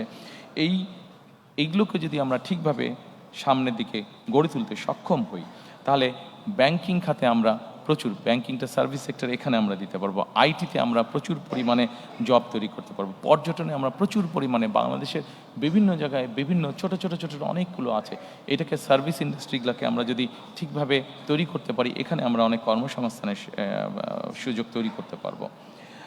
একই সাথে আমরা সেবা খাতকে যদি প্রযুক্তি নির্ভর এবং রফতানিমুখী করার মাধ্যমে আমরা কর্মসংস্থানের ব্যবস্থা আমরা করতে পারবো। ঠিক একইভাবে আমরা আন্তর্জাতিক সার্টিফিকেশন এবং ব্র্যান্ডিং যেগুলো আছে, যেমন ধরেন ফেসবুক আছে, ইউটিউব আছে, বিভিন্ন আইটি কোম্পানি আছে, এদেরকে যদি আমরা বাংলাদেশে নিয়ে আসতে পারি তাহলে আমাদের ইয়াং জেনারেশন যারা এই কাজগুলোর সাথে জড়িত তাদের জন্য তখন কাজ করতেও সুবিধা হবে, তাদের ইনকাম যেরকম বাড়বে, আরও অধিক সংখ্যক মানুষের কাজ করার অপরচুনিটি তখন তৈরি হবে। এরপরে আমি আপনাদেরকে অনুরোধ করব বিদ্যুৎ, জ্বালানি ও পরিবহন খাতটিকে দেখার জন্য।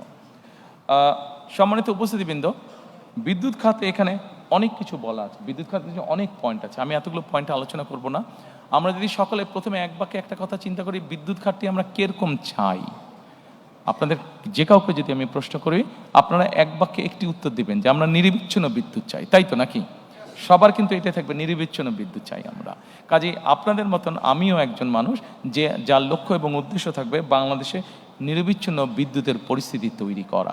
এবং নিরবিচ্ছিন্ন বিদ্যুৎ পরিস্থিতি তৈরি করার জন্য কি আমরা চিন্তা ভাবনা করেছি, সম্মানিত উপস্থিতিবৃন্দ, আপনাদের কাছে সেগুলো আছে, আপনাদের বিরক্তি উদ্যোগ করে আমি আর সেটা লম্বা করছি না। তবে আমরা যেরকম বলেছি অলরেডি, আমি আপনাদের সামনে বলেছি যে 2030-এর মধ্যে আমরা 20% নবায়নযোগ্য বিদ্যুৎ যেরকম আমরা তৈরি করতে চাই। একই সাথে আমরা আমাদের ঢাকা শহরে প্রতিদিন 7,000 টন ময়লা বা আবর্জনা তৈরি হচ্ছে। এইভাবে যদি আমরা চিন্তা করি, বাংলাদেশের সবগুলো বড় শহরই এরকম হচ্ছে। কাজেই আবর্জনাকে, পরিবেশকে রক্ষার জন্য এই আবর্জনা থেকে কিভাবে বিদ্যুৎ তৈরি করা যায়, আমরা সেই ব্যাপারেও চিন্তা ভাবনা করছি। এবং এতটুকু আপনাদেরকে আমি বলতে পারি, ইনশাল্লাহ 12 তারিখের নির্বাচনে আমরা সরকার গঠনে সক্ষম হলে ইনশাল্লাহ খুবই দ্রুত আমরা আবর্জনা থেকে ইনশাল্লাহ বিদ্যুৎ উৎপাদন করব এই দেশের মানুষের জন্য।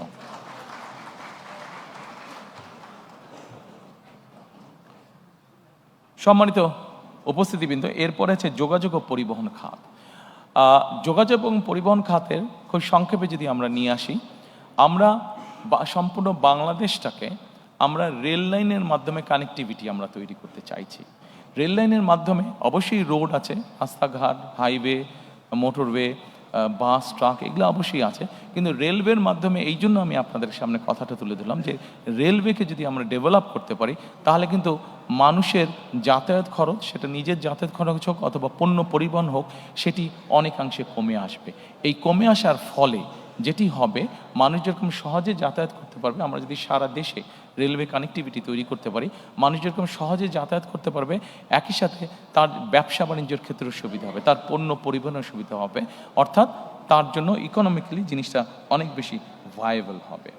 আমাদের দেশের নৌ পরিবহন বা জলপথ যেটা আছে, আনফর্চুনেটলি অনেক খাল বিল বন্ধ হয়ে গেছে। এই ব্যাপারে আপনাদেরকে এর মধ্যে আমি বলেছি যে আমাদের 20,000 কিলোমিটার খাল খননের পরিকল্পনা রয়েছে। এই খাল খননের মাধ্যমে একই সাথে বিভিন্ন নদীগুলোকেও যদি আমরা সক্ষম হই ড্রেজিং করা বা খনন করার জন্য, আমরা প্রত্যাশা করি যে আমরা যে নৌপথে চলাচলের ব্যবস্থাটাকে আমরা অনেক ডেভেলপ করতে পারবো। কারণ আমাদের দেশটা এমনি একটু পপুলেশন বেশি, শুধু রোড কমিউনিকেশন দিয়ে আমরা সকলের যাতায়াত ব্যবস্থা নিশ্চিত করতে পারবো না। কাজে আমাদের যত অল্টারনেটিভ আছে সবগুলো উপায়কে আমাদের দেখতে হবে, সবগুলো উপায়কে আমাদের ব্যবহার করতে হবে। সম্মানিত উপস্থিতিবৃন্দ, এরপরে আপনাদেরকে আমি অনুরোধ করব এই চ্যাপ্টারে আইসিটি, এই ডিপার্টমেন্টে আইসিটি যেই চ্যাপ্টারটি আছে সেটা রাখার জন্য আমি খুব সংক্ষেপেই যাচ্ছি, অনেকক্ষণ সময় নিয়ে নিয়েছি আপনাদের। আইসিটিতে আমরা আমাদের যেই পরিকল্পনা সেটা হচ্ছে সাইবার নিরাপত্তা এবং এআই সহ 5টি খাতে আমরা পরিকল্পনা গ্রহণ করছি 2 লক্ষ, এবং ফ্রিল্যান্সিং ও কন্টেন্ট ক্রিয়েশনে আমরা 8 লক্ষ, অলটুগেদার অ্যাবাউট 10 লক্ষ কর্মসংস্থানের আমরা চিন্তা ভাবনা করছি। আমাদের ইয়াং জেনারেশন, যেমন ধরেন আমাদের ইয়াং জেনারেশন যারা সে কন্টেন্ট ক্রিয়েশনের কাজ করে থাকেন, আপনাদের অনেকেই জানা আছে সাউথ কোরিয়া যে দেশটি, এরা এখানে যারা ইয়াং জেনারেশন আছে এরা কন্টেন্ট ক্রিয়েশনে খুব ভালো করে থাকে, এবং খুব সম্ভবত গত বছর তাদের শুধু কন্টেন্ট ক্রিয়েশন থেকেই তাদের ইনকাম ছিল, দেশের ইনকাম ছিল প্রায় $12 বিলিয়ন। কাজে তারা যদি পারে, আমাদের ইয়াং জেনারেশন না পারার কোনো কারণ নেই। আমাদের কিছু পলিসিগত বিষয় আছে, সেই পলিসিগুলোকে আমাদেরকে সঠিকভাবে গ্রহণ করতে হবে। পলিসিগুলো গ্রহণ করার মাধ্যমে আমরা যদি এই ছেলে মেয়েদেরকে ট্রেনিং দিতে পারি, একটু তাদেরকে বিভিন্নভাবে সহযোগিতা করতে পারি, আমরা দৃঢ়ভাবে বিশ্বাস করি যে এখানে 8 লক্ষ আমরা বলেছি, 8 লক্ষের বেশি আমরা তৈরি করতে পারবো, এবং প্রচুর পরিমাণ বৈদেশিক মুদ্রা আমরা এখান থেকে অর্জন করতে সক্ষম হব। আমরা সবার জন্য এখানে বলেছি দ্রুত এবং নির্ভরযোগ্য ইন্টারনেট, বিনামূল্যে উচ্চগতির দ্রুত এবং ইন্টারনেট। বিনামূল্যে কিভাবে আমরা প্রোভাইড করতে চাই, ওটার ভিতরে ছোট্ট যে সিক্রেটটা আছে এটা আমি আপনাদের সামনে তুলে ধরেছি। কাজেই এইটিতে আমি আবার রিপিট করলাম না, সময় নষ্ট হবে। সম্মানিত উপস্থিতিবৃন্দ, আমাদেরকে একটি বিষয়ে খুবই সিরিয়াস হতে হবে। এই বিষয়টিতে আমাদের বহু মানুষ কষ্ট পাচ্ছেন, বিশেষ করে নারী সমাজের সদস্যরা, তাদেরকে বিভিন্নভাবে হেনস্থা করা হচ্ছে। সেটি হচ্ছে জাতীয় সাইবার নিরাপত্তা, সাইবার বুলিং এবং নাগরিক তথ্য, বিশেষ করে সাইবার বুলিং। আমাদের নারী সমাজের সদস্যরা বিভিন্নভাবে সাইবার বুলিংয়ের শিকার তারা হচ্ছে। কাজেই এ ব্যাপারে আমাদেরকে কঠোর পদক্ষেপ গ্রহণ করতে হবে। আইনগুলোকে আমাদের ঠিক করতে হবে, এবং শুধু আইন ঠিক না, আইন যাতে সঠিকভাবে কাজ করে সেই পদক্ষেপ আমরা গ্রহণ করব, যাতে বুলিংয়ের শিকার কেউ না হয়। যারা বুলিং করবে তাদেরকে অবশ্যই দেশের আইন অনুযায়ী শাস্তি পেতে হবে, এটি আমাদেরকে যে কোনো মূল্যে নিশ্চিত করব আমরা। এরপরে এখানে একটি উল্লেখ করে নেই আপনাদের সামনে, আপনাদের অনেকেরই জানা আছে, তারপরে আমি উল্লেখ করছি।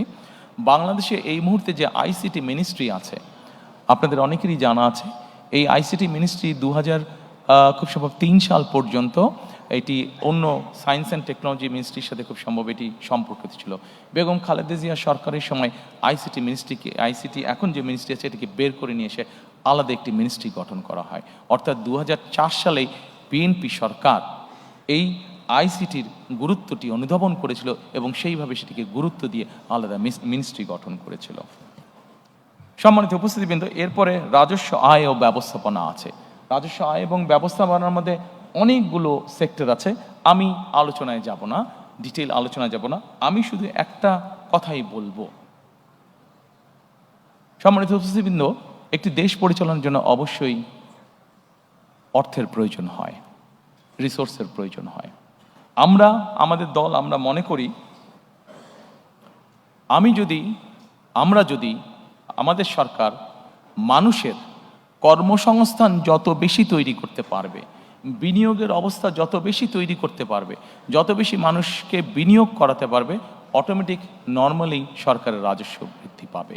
আমি সেই জন্যই বরাবর আপনাদের সামনে বলেছি, আমাদের মূল লক্ষ্যই হচ্ছে যত বেশি সংখ্যক কর্মসংস্থান তৈরি করা, যত বেশি সংখ্যক দেশি এবং বিদেশি বিনিয়োগকারী যারা আছেন তাদেরকে উৎসাহিত করা, প্রতিষ্ঠান তৈরি করা, বিনিয়োগ করা, বিনিয়োগের মধ্যে শিল্প এবং শিল্প প্রতিষ্ঠান তৈরি করা, যাতে করে বেশি সংখ্যক মানুষ কর্মসংস্থানের সুযোগ পায়। কারণ বিনিয়োগ করলে নিজে থেকেই রাজস্ব আয় বাড়বে।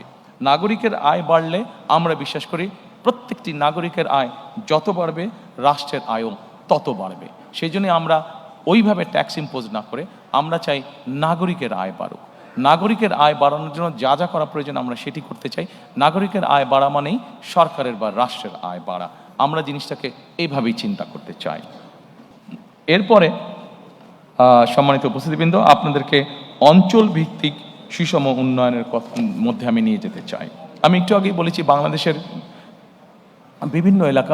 বিভিন্ন এলাকার বিভিন্ন গুরুত্ব রয়েছে। আমরা যদি চট্টগ্রাম দিয়ে শুরু করি, আমরা চট্টগ্রামকে বাণিজ্যিক রাজনৈতিক হিসাবে প্রতিষ্ঠিত করতে চাই। চট্টগ্রামকে আমরা বাণিজ্যিক ক্যাপিটাল হিসাবে, রাজধানী হিসাবে আমরা প্রতিষ্ঠিত করতে চাই। ঠিক একইভাবে সম্মানিত উপস্থিতিবৃন্দ, উত্তর অঞ্চল, আমরা সকলেই জানি যে বাংলাদেশের উত্তর অঞ্চল হচ্ছে একটি কৃষি নির্ভর এলাকা। কাজে এই কৃষি নির্ভর এলাকা যেহেতু, সেই জন্যই আমরা চাই উত্তর অঞ্চলে কৃষি রিলেটেড কি ইন্ডাস্ট্রি হতে পারে, সেই ধরনের ইন্ডাস্ট্রি যারা এরই ভিতরে করছেন বা করতে চান, সেই মানুষগুলোকে আরও প্যাট্রোনাইজ করা, এনকারেজ করা, যাতে তারা সেই ধরনের শিল্প তারা গড়ে তুলতে চান। এরই ভিতরে আমি আপনাদের সামনে তুলে ধরেছি যে বরেন্দ্র অঞ্চল যেটা আছে, বরেন্দ্র প্রজেক্ট যেটা আছে, সেটিকে আমরা পুনরায় চালু করতে চাই। এর বাইরে আমি এর ভিতরেই বলেছি যে আম সংরক্ষণ, যেমন আমাদের প্রচুর আম হয় রাজশাহীতে, প্রচুর আম হয় চাঁপাইনবাবগঞ্জে, এই আমগুলোকে কিভাবে প্রিজার্ভ করা যায়, বা আমগুলোকে যেগুলো আম নষ্ট হয়ে যেতে পারে সেগুলো নষ্ট হবার আগে বাই প্রোডাক্ট কী তৈরি করা যেতে পারে, কৃষি সংক্রান্ত আরও যেগুলো বিভিন্ন উৎপন্ন হচ্ছে সেগুলোকে কিভাবে বাই প্রোডাক্ট করা যেতে পারে। প্রচুর আমাদের আলুর প্রোডাকশন হয়, আলুর বাই প্রোডাক্ট কী হতে পারে, সেই ধরনের ইন্ডাস্ট্রিগুলোকে গ্রো করতে সহযোগিতা করা। গ্রো করার মাধ্যমে একদিকে যেরকম ইনভেস্ট হবে, ঠিক একইভাবে প্রচুর কর্মসংস্থানের ব্যবস্থা হবে। এরপরে আমাদের যে হাওড় বাওড় আছে, এরপরে যেটি স্লাইড সেটিতে আমি যাওয়ার অনুরোধ করব। আমাদের দেশের বিভিন্ন জায়গায় বিভিন্ন হাওড় বাওড়ের কারণে বিভিন্ন প্রাকৃতিক দুর্যোগ বা বন্যা হয়ে থাকে। এই প্রাকৃতিক দুর্যোগ এবং বন্যাকে নিয়ন্ত্রণ করার জন্য অবশ্যই আমাদের টেকসই বাঁধ দরকার, এবং ব্লু ইকোনমি এটির মাধ্যমে আমাদের হাওড় বাওড় জায়গাগুলো আবার দেখতে অনেক সুন্দর। দেখতে যেহেতু সুন্দর এইগুলো, সেই জন্য এগুলোর মাধ্যমে আমরা এগুলোকে প্রোটেক্ট করার মাধ্যমে আমরা উপকূল উন্নয়ন বোর্ড গঠনের একটি পরিকল্পনা আমাদের আছে। এই উপকূল উন্নয়ন বোর্ড গঠনের মাধ্যমে আমরা ব্লু ইকোনমি এবং পর্যটনকেও এখানে এনকারেজ করতে চাই। এরপরে আপনাদেরকে আমি অনুরোধ করব যে নগরায়ণ ও আবাসন এবং নিরাপদ টেকসই ঢাকা বিনির্মাণ। সম্মানিত উপস্থিতিবৃন্দ, ঢাকা পৃথিবীর যে কোনো দেশের রাজধানী থেকে অত্যন্ত পপুলেট একটি জায়গা। এখন কেন মানুষ ঢাকায় আসছে? ঢাকায় মানুষ এসে বসবাস করছে অনেকগুলো কারণে, সন্তানের চিকিৎসা, বাবা মায়ের চিকিৎসা, সন্তানের লেখাপড়া, জব সিকিউরিটি, এনভায়রনমেন্ট, সব কিছু মিলিয়ে মানুষ ঢাকাতে কিছুটা বেটার ফিল করে। কিন্তু আমরা যদি এই ফ্যাসিলিটিগুলো যদি আমরা বিভিন্ন জায়গায় আমরা তৈরি করতে পারি, ঢাকার আউটস্কার্টে যদি আমরা যেই ডিস্ট্রিক্টগুলো আছে সেখানে যদি তৈরি করতে পারি, এবং সেখানে যদি খরচ কম হয় একজন মানুষের থাকার, সেখানে যদি ভালো স্কুল থাকে, সেখানে যদি ভালো ট্রিটমেন্টের ব্যবস্থা থাকে, সেখানকার পরিবেশটা যদি সিকিউর হয়, তাহলে আমরা মনে করি যে মানুষ সেখানেই থাকবে। হ্যাঁ, এখানে একটি বিষয় আছে, সেখানে থাকবে কিন্তু কাজ করবে কোথায়? কাজ সে ঢাকায় করতে পারে। আমি একটু আগে আপনাদেরকে আমি বলেছি যে আমরা চাই রেল লাইনটাকে ডেভেলপ করার জন্য, আমাদের পাবলিক ট্রান্সপোর্টটা। এখন এই মুহূর্তে ঢাকা থেকে চট্টগ্রাম যে রেলগাড়িটা আসে সেটার গতি 35 থেকে ম্যাক্সিমাম 40 মাইল, কিন্তু এটাকে যদি ঘন্টায় আমরা রেল লাইন যেটা আছে সেটাকে আমরা সঠিকভাবে তৈরি করে এটাকে যদি ঘন্টায় আমরা 80 মাইলে নিয়ে আসতে পারি বা 100 মাইলের কাছাকাছি নিয়ে আসতে পারি, তাহলে কিন্তু চট্টগ্রাম থেকে ঢাকা আসতে আপনার 2-2.5 ঘন্টার বেশি লাগার কথা না। এবং 2-2.5 ঘন্টা যদি লাগে, তাহলে সময় লাগে, তাহলে যে কোনো মানুষ সেখান থেকে এসে ব্যবসা বাণিজ্য বা যেই কাজ থাকুক সেরে আবার একই দিনে ফিরে যেতে পারবে। ঠিক এইভাবে আমরা যদি ঢাকার আশেপাশের সিটিগুলোতে আমরা স্যাটেলাইট টাউন গড়ে তুলতে পারি এবং সেখানকার সাথে যদি রেল কমিউনিকেশন আমরা তৈরি করতে পারি, এবং মোটামুটি 1 ঘন্টা 45 মিনিটের মধ্যে মানুষ আসা এবং যাওয়া যদি করতে পারে, তাহলে আমরা ধারণা করছি যে বহু মানুষ তখন ঢাকা শহরে আর থাকবেন না। যেই ফ্যাসিলিটি ঢাকা শহর আছে সেগুলো আমরা ওখানে দিতে পারবো, এবং তার যেহেতু যাওয়া আসার জন্য ইজি হবে, তখন সেই মানুষগুলো তারা ওখানেই থাকবেন। শুধু যার কর্মস্থল ঢাকায় সে শুধু আসবেন, এসে কাজ শেষ করে আবার চলে যাবেন। পৃথিবীর অনেক উন্নত দেশগুলোতে এভাবে মানুষ করে থাকে। যদি তারা করতে পারে তাহলে আমরা কেন করতে পারবো না? এটি আমাদের একটা চিন্তা ভাবনা আছে। এরপরে সম্মানিত উপস্থিতিবৃন্দ, আমি আপনাদেরকে অনুরোধ করব পর্যটন খাত দেখার জন্য। অনেকেই আমরা দেখি যে আমাদের দেশে কক্সবাজারের মানুষ যাচ্ছে, আমাদের দেশে আরও কয়েক জায়গায় মানুষ যাচ্ছে, কিন্তু আমরা যদি খেয়াল করে দেখি কক্সবাজারে যে পরিমাণ মানুষ যাচ্ছে, সুন্দরবনে সে পরিমাণ মানুষ যাচ্ছে না। যাচ্ছে, কিন্তু সুন্দরবন কিন্তু অনেকগুলো ছোট ছোট প্রাইভেট সেক্টরে অনেক ছোট ছোট কিন্তু ট্যুরিস্ট স্পট হয়েছে। কেন যাচ্ছে না? এই জিনিসগুলো আমাদেরকে সুন্দরভাবে উপস্থাপন করতে হবে। আমাদের দিনাজপুরে এরকম অনেক পুরনো রাজবাড়ি আছে, অনেক মসজিদ আছে, অনেক মন্দির আছে, যেগুলার ট্যুরিজম ভ্যালু আছে, যেগুলার হেরিটেজ যেগুলা আমাদের, কিন্তু সেই জিনিসগুলোকে আমরা উপস্থাপন করতে পারিনি সঠিকভাবে। নিশ্চয়ই আপনাদের চোখে পড়েছে, আমি যখন লন্ডনে ছিলাম তখন আমি হঠাৎ একদিন খেয়াল করলাম যে সৌদি আরব তাদের ট্যুরিজমের বিভিন্ন বিষয় অ্যাড দিচ্ছে ইন্টারন্যাশনাল টিভি চ্যানেলগুলোতে। তারা বর্তমানে সৌদি আরব তাদের ট্যুরিজমকে এনকারেজ করছে, বিভিন্নভাবে গড়ে তুলছে, ট্যুরিস্ট অ্যাট্রাক্ট করার চেষ্টা করছে। আমাদের এতদিন ধারণা ছিল সৌদি আরবে মানুষ শুধু যায় ধর্মীয় কারণে বা ব্যবসা বাণিজ্যের কারণে, কিন্তু এখন তারা আস্তে আস্তে ট্যুরিজম অ্যাট্রাক্ট করছে। তো সৌদি আরবের মতন দেশ যদি ট্যুরিজম অ্যাট্রাক্ট করতে পারে, তাহলে আমরা কেন পারবো না? আমাদের অনেক স্কোপ আছে, অনেক সুন্দর সুন্দর। আমরা রাজশাহীর আম বাগান যেটা আছে, দিনাজপুরের লিচু বাগান আছে, আমরা সেটিকে ঘিরে কেন ট্যুরিজম তৈরি করতে পারবো না? হল্যান্ডে যদি টিউলিপ গার্ডেন দেখতে যেতে পারে মানুষ, তাহলে আমাদের এখানে আমরা কেন এরকম গার্ডেন কোথাও নেই বা কেন তৈরি করতে পারবো না যেখানে মানুষ দেখতে যেতে পারে? কাজে আমরা যদি চেষ্টা করি, আমরা যদি পরিকল্পনা গ্রহণ করি, অবশ্যই আমরা ট্যুরিজম সেক্টরকে শুধু যে কক্সবাজারই সমুদ্র সৈকত দেখতে যাবে তা না, এর পাশাপাশি অনেক ট্যুরিজম সেক্টর, অনেক স্পট, অনেক ডিফারেন্ট কাইন্ডের স্পট আমরা গড়ে তুলতে পারবো ইনশাআল্লাহ। এরপরে আপনাদেরকে আর কষ্ট দিতে চাইবো না, আমরা লাস্টটাতে আমাদের চলে এসেছি। আমাদের যেই লাস্ট স্তম্ভটা সেটিতে আমরা কম বেশি চলে এসেছি। এটি হচ্ছে ধর্ম, সমাজ, ক্রীড়া, সংস্কৃতি ও সংহতি। প্রথমেই আছে ধর্মীয় সম্প্রীতি ও পাহাড় ও সমতলের নৃগোষ্ঠী। সম্মানিত উপস্থিতিবৃন্দ, এটি অনেক বড় আছে। আমরা প্রথমেই বলেছি ধর্ম যার রাষ্ট্র, যার যার রাষ্ট্র সবার। আমরা এইভাবেই বিষয়টিকে দেখি, এইভাবেই জিনিসটাকে বিশ্বাস করি। আমাদের দেশের এক শ্রেণীর মানুষ আছেন যারা আমাদের জন্ম থেকে মৃত্যু পর্যন্ত আমাদের সাথে থাকেন, জীবনের অনেক গুরুত্বপূর্ণ মুহূর্তে যারা আমাদেরকে বিভিন্ন সময় বিভিন্ন পরামর্শ দিয়ে থাকেন। সেটি আমরা যারা ইসলাম ধর্মে আছি, ইসলাম ধর্মে আছে, যেটি অন্য ধর্ম মানুষ আছেন তাদের ক্ষেত্রেও তাদের ধর্মীয় গুরুরা আছেন। এরা কারা? এরা হচ্ছেন যে আমাদের ইসলাম ধর্ম অনুযায়ী বিভিন্ন ইমাম, মুয়াজ্জিম সহ বিভিন্ন খতিব সাহেবরা, এর বাইরে অন্য অন্য ধর্মের ধর্মীয় গুরুরা আছেন। এই মানুষগুলো অধিকাংশ ক্ষেত্রে আমরা দেখেছি বেশ মানবতার জীবনযাপন করেন অনেকাংশে। আমাদের একটি পরিকল্পনা আছে, ইনশাল্লাহ আমরা সরকার গঠনে সক্ষম হলে আমরা ধীরে ধীরে এই মানুষগুলোকে আমরা ধীরে ধীরে বিভিন্ন মসজিদ মাদ্রাসার খতিব ইমাম সাহেব যারা আছেন, মুয়াজ্জিম সাহেব আছেন, অন্য ধর্মীয় গুরু যারা আছেন, তাদেরকে আমরা সরকারের পক্ষ থেকে একটা সম্মাননার ব্যবস্থা করতে চাই। সম্মানিত উপস্থিতিবৃন্দ, যেহেতু বাংলাদেশ মুসলিম প্রধান দেশ, এই দেশের বহু মানুষ প্রতি বছর হজ করতে যান, কিন্তু আমরা প্রত্যেকবার দেখেছি এই হজের যাওয়া আসার খরচ অত্যন্ত বেশি। অনেক মানুষকে এর জন্য অনেক কষ্ট পোহাতে হয়। আমরা এই খরচটাকে কমিয়ে নিয়ে আসার চিন্তা ভাবনা করেছি এবং আমরা মনে করি আমরা যদি এখানে থার্ড এয়ারলাইনকে এন্ট্রি দিতে পারি তাহলে আমাদের হজ যাত্রীদের খরচ, টিকিটের খরচ অনেকাংশে কমিয়ে আসবে এবং আমাদের পরিকল্পনার মধ্যে এটা রয়েছে কিভাবে আমরা এই হজ যাত্রীদেরকে সুবিধা দিতে পারবো, তাদের খরচটা কমিয়ে আনতে পারবো। এরপরে আমি আপনাদেরকে ক্রীড়া, আমাদের এই চ্যাপ্টারের ক্রীড়া আছে, ক্রীড়াতে আমি আপনাদেরকে অনুরোধ করব। সম্মানিত উপস্থিতিবৃন্দ, এটি এমন একটা সাবজেক্ট যেই সাবজেক্টটাতে কম বেশি প্রত্যেকটি মানুষের, সে যখন ইয়াং থাকে, শিশু অবস্থায়, সে যখন তরুণ অবস্থায় থাকে, যুব অবস্থা থাকে, প্রত্যেকটি মানুষেরই কম বেশি আগ্রহ থাকে। আমরা শুধু আমাদের দেশে বিভিন্ন প্রফেশনাল তৈরি করতে চাই। আমাদের দেশে একটি সমাজ ব্যবস্থার মধ্যে হয় ডাক্তার হতে হবে, নাহলে ইঞ্জিনিয়ার হতে হবে, নাহলে আর্কিটেক্ট হতে হবে, অর্থাৎ নাহলে ব্যারিস্টার হতে হবে, এই ধরনের পেশাকে প্রাধান্য দেওয়া হয়ে থাকে। কিন্তু পৃথিবীর অনেক দেশ আছে যেখানে প্রফেশনাল খেলোয়াড় তৈরি হচ্ছে, সেই খেলোয়াড় প্রফেশনালি তৈরি হচ্ছে। আমাদের দেশে এরকম বহুত প্রতিভা আছে যাদেরকে আমরা প্রফেশনালি খেলোয়াড় তৈরি করতে পারি এবং আমাদের পরিকল্পনা রয়েছে আমরা ধীরে ধীরে আমাদের সন্তানদের ভিতর থেকে এরকম প্রফেশনাল খেলোয়াড় আমরা তৈরি করে আনতে চাই। এটি আমাদের অন্যতম পরিকল্পনা অনেকগুলোর মধ্যে। সম্মানিত উপস্থিতিবৃন্দ, এরপরে গণমাধ্যম, শিল্প, সংস্কৃতি আছে। আমি আগেই বলেছি আমরা গণমাধ্যমের স্বাধীনতায় বিশ্বাস করি, কারণ আমরা মনে করি, বিএনপি মনে করে গণমাধ্যম যদি স্বাধীন না থাকে আমাদের জবাবদিহিতা তৈরি করতে কষ্ট হবে। কাজে গণমাধ্যম যদি থাকে আমরা সহজেই দেশে একটি জবাবদিহি সরকার তৈরি করতে সক্ষম হব, জবাবদিহি একটি পরিস্থিতি তৈরি করতে সক্ষম হব।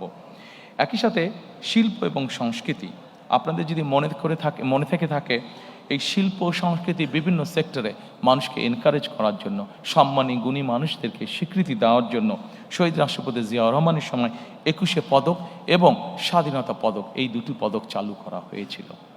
সম্মানিত উপস্থিতিবৃন্দ, এই পদক দুটি বর্তমানেও চালু আছে। আমাদের পরিকল্পনার মধ্যে একটি পরিকল্পনা আছে সমাজের বিভিন্ন মানুষ যাদেরকে অনেকে কেউ চেনে না, কিন্তু তারা বিভিন্নভাবে সমাজে বিভিন্ন রকম কন্ট্রিবিউশন করে থাকেন। আমরা চাই এই মানুষগুলোকে ধীরে ধীরে ধীরে রিকগনাইজ করার জন্য, তাদেরকে উৎসাহিত করার জন্য, যাতে করে তাদের ভালো কাজগুলো উদাহরণ হিসাবে অন্য মানুষকেও উৎসাহিত করে ভালো কিছু করার জন্য, সমাজের জন্য ভালো কিছু করার জন্য। এবং এই মানুষগুলোকে কিভাবে সিলেক্ট করা যায়, এই মানুষগুলোকে কিভাবে এনকারেজ করা যায়, সেই ব্যাপারে আমাদের একটি পরিকল্পনা রয়েছে। আপনারা নিশ্চয়ই জানেন, খেলার প্রসঙ্গে আরেকটু ফিরে আসবো আমি, নতুন কুড়ি নামে একটি অনুষ্ঠান চালু করেছিলেন শহীদ রাষ্ট্রপতি জিয়াউর রহমান। ইনিশিয়ালি নতুন কুড়ি ছিল শুধু মাত্র কালচারাল সাইডে, আমরা এটিকে আরেকটু এনহান্স এখন করতে চাই। আমরা নতুন কুড়িটি, যদিও এর মধ্যে ইন্টারিম সরকার চালু করেছে, বাট এটিকে আমরা সরকার গঠনে ইনশাল্লাহ সক্ষম হলে এটিকে আমরা কন্টিনিউ করব এবং এটির সাথে আমরা কেরাত প্রতিযোগিতাকে অ্যাড করতে চাই এবং নতুন করে স্পোর্টস আমরা অ্যাড করতে চাই, যাতে করে আমাদের দেশের স্পোর্টসে যারা প্রতিভাবান তাদেরকে আমরা বের করে নিয়ে আসতে সক্ষম হই। সম্মানিত উপস্থিতিবৃন্দ, আপনাদেরকে একটি সুখবর দিতে চাই। আমি ইনশাল্লাহ আগামী 10 মিনিটের মধ্যে আপনাদেরকে এখান থেকে ছুটি দিয়ে দিতে পারবো। আমি আমার অনুষ্ঠানের শেষ পর্যায়ে চলে এসেছি, শুধু আপনাদের কাছ থেকে আর 10 মিনিট আমি চেয়ে নিচ্ছি। Dear diplomatic friends, there's a good news. I'll be finishing soon. আমাদের একটি বিষয় আমরা জোর দিতে চাই, সেটি হচ্ছে নৈতিক শক্তি পুনরুদ্ধার। আমাদের দেশে এখন প্রচুর পরিমাণ বিভিন্ন ধরনের মিডিয়া আছে। আমরা যেটি করতে চাই, সম্মানিত উপস্থিতিবৃন্দ, আমরা ছোট ছোট ডকুমেন্টারি তৈরি করতে চাই সমাজের সর্বস্তরের মানুষের জন্য। সেটি শিশু হতে পারে, সেটি একজন নারী হতে পারে, একজন মেয়ে হতে পারে, একজন গৃহিণী হতে পারে, একজন চাকরিজীবী হতে পারে, একজন ব্যবসায়ী হতে পারেন, যে কোনো শ্রেণী পেশার মানুষের জন্য আমরা ডকুমেন্টারি তৈরি করতে চাই। এখন এই ডকুমেন্টারিগুলো কি হবে? এই ডকুমেন্টারিগুলো আমরা তৈরি করতে চাই সামাজিক এবং ধর্মীয় মূল্যবোধকে সামনে রেখে আমরা দেশের মধ্যে, সমাজের মধ্যে, পরিবারের মধ্যে আমরা সামাজিক মূল্যবোধ, ধর্মীয় মূল্যবোধকে আমরা দৃঢ়ভাবে ধারণ করতে চাই। আমাদের দেশে বহুত আমাদের সামাজিক মূল্যবোধ রয়েছে, আমাদের অনেক ধর্মীয় মূল্যবোধ রয়েছে, যেগুলোকে আমরা যদি ধারণ করতে সক্ষম হই তাহলে আমরা ধীরে ধীরে একটি সুন্দর, একটি শান্তিপূর্ণ সমাজ, পরিবার, দেশ গঠনে সক্ষম হব বলে আমরা দৃঢ়ভাবে বিশ্বাস করি। শেষে, একদম শেষে এসে শেষ করে দেবার আগে সম্মানিত উপস্থিতিবৃন্দ, আপনাদেরকে আবারও আমি আন্তরিকভাবে ধন্যবাদ জানাতে চাই আমার এবং আমার দলের পক্ষ থেকে। কারণ আপনারা সকলে কষ্ট স্বীকার করে অনেকক্ষণ সময় ধরে এখানে বসে আছেন। শেষ যেই কথাটি বলে আমি আপনাদের কাছ থেকে আজকে বিদায় নেব, আমাদের এই ম্যানিফেস্টো পর্বটি আজকে শেষ করব। সেই কথাটি হচ্ছে, আপনাদের সামনে আমি এতক্ষণ পর্যন্ত যত প্ল্যান, প্রোগ্রাম, কর্মসূচি, পরিকল্পনা উপস্থাপন করেছি তার কোনো কিছুই করা সম্ভব হবে না যদি না আমরা তিনটি বিষয়ের উপরে সর্বোচ্চ অগ্রাধিকার না দেই। সম্মানিত উপস্থিতিবৃন্দ, আমি ব্যক্তিগতভাবে একজন মানুষ হিসেবে, একজন রাজনৈতিক কর্মী হিসেবে আমি মনে করি দুর্নীতি, আইনের শাসন এবং জবাবদিহিতা, আমরা যদি এই তিনটির ব্যাপারে যারাই সরকার গঠন করবেন, আমরা যদি এই তিনটির ব্যাপারে কঠোর পদক্ষেপ গ্রহণ না করি তাহলে আমরা আমাদের কোনো পরিকল্পনাকেই সফল করে গড়ে তুলতে পারবো না। এবং আজকে এখানে দাঁড়িয়ে আমার দলের পক্ষ হয়ে আমি আপনাদেরকে এতটুকু বলতে চাই যে আমার দল, বাংলাদেশ জাতীয়তাবাদী দল, আগামী 12 তারিখে নির্বাচনে জয়ী হয়ে ইনশাল্লাহ সরকার গঠনে সক্ষম হলে আমাদের সর্বাধিকার, সর্বোচ্চ অগ্রাধিকার থাকবে এই তিনটি বিষয়ের উপর গুরুত্ব আরোপ করা: দুর্নীতি, আইনের শাসন এবং জবাবদিহিতা।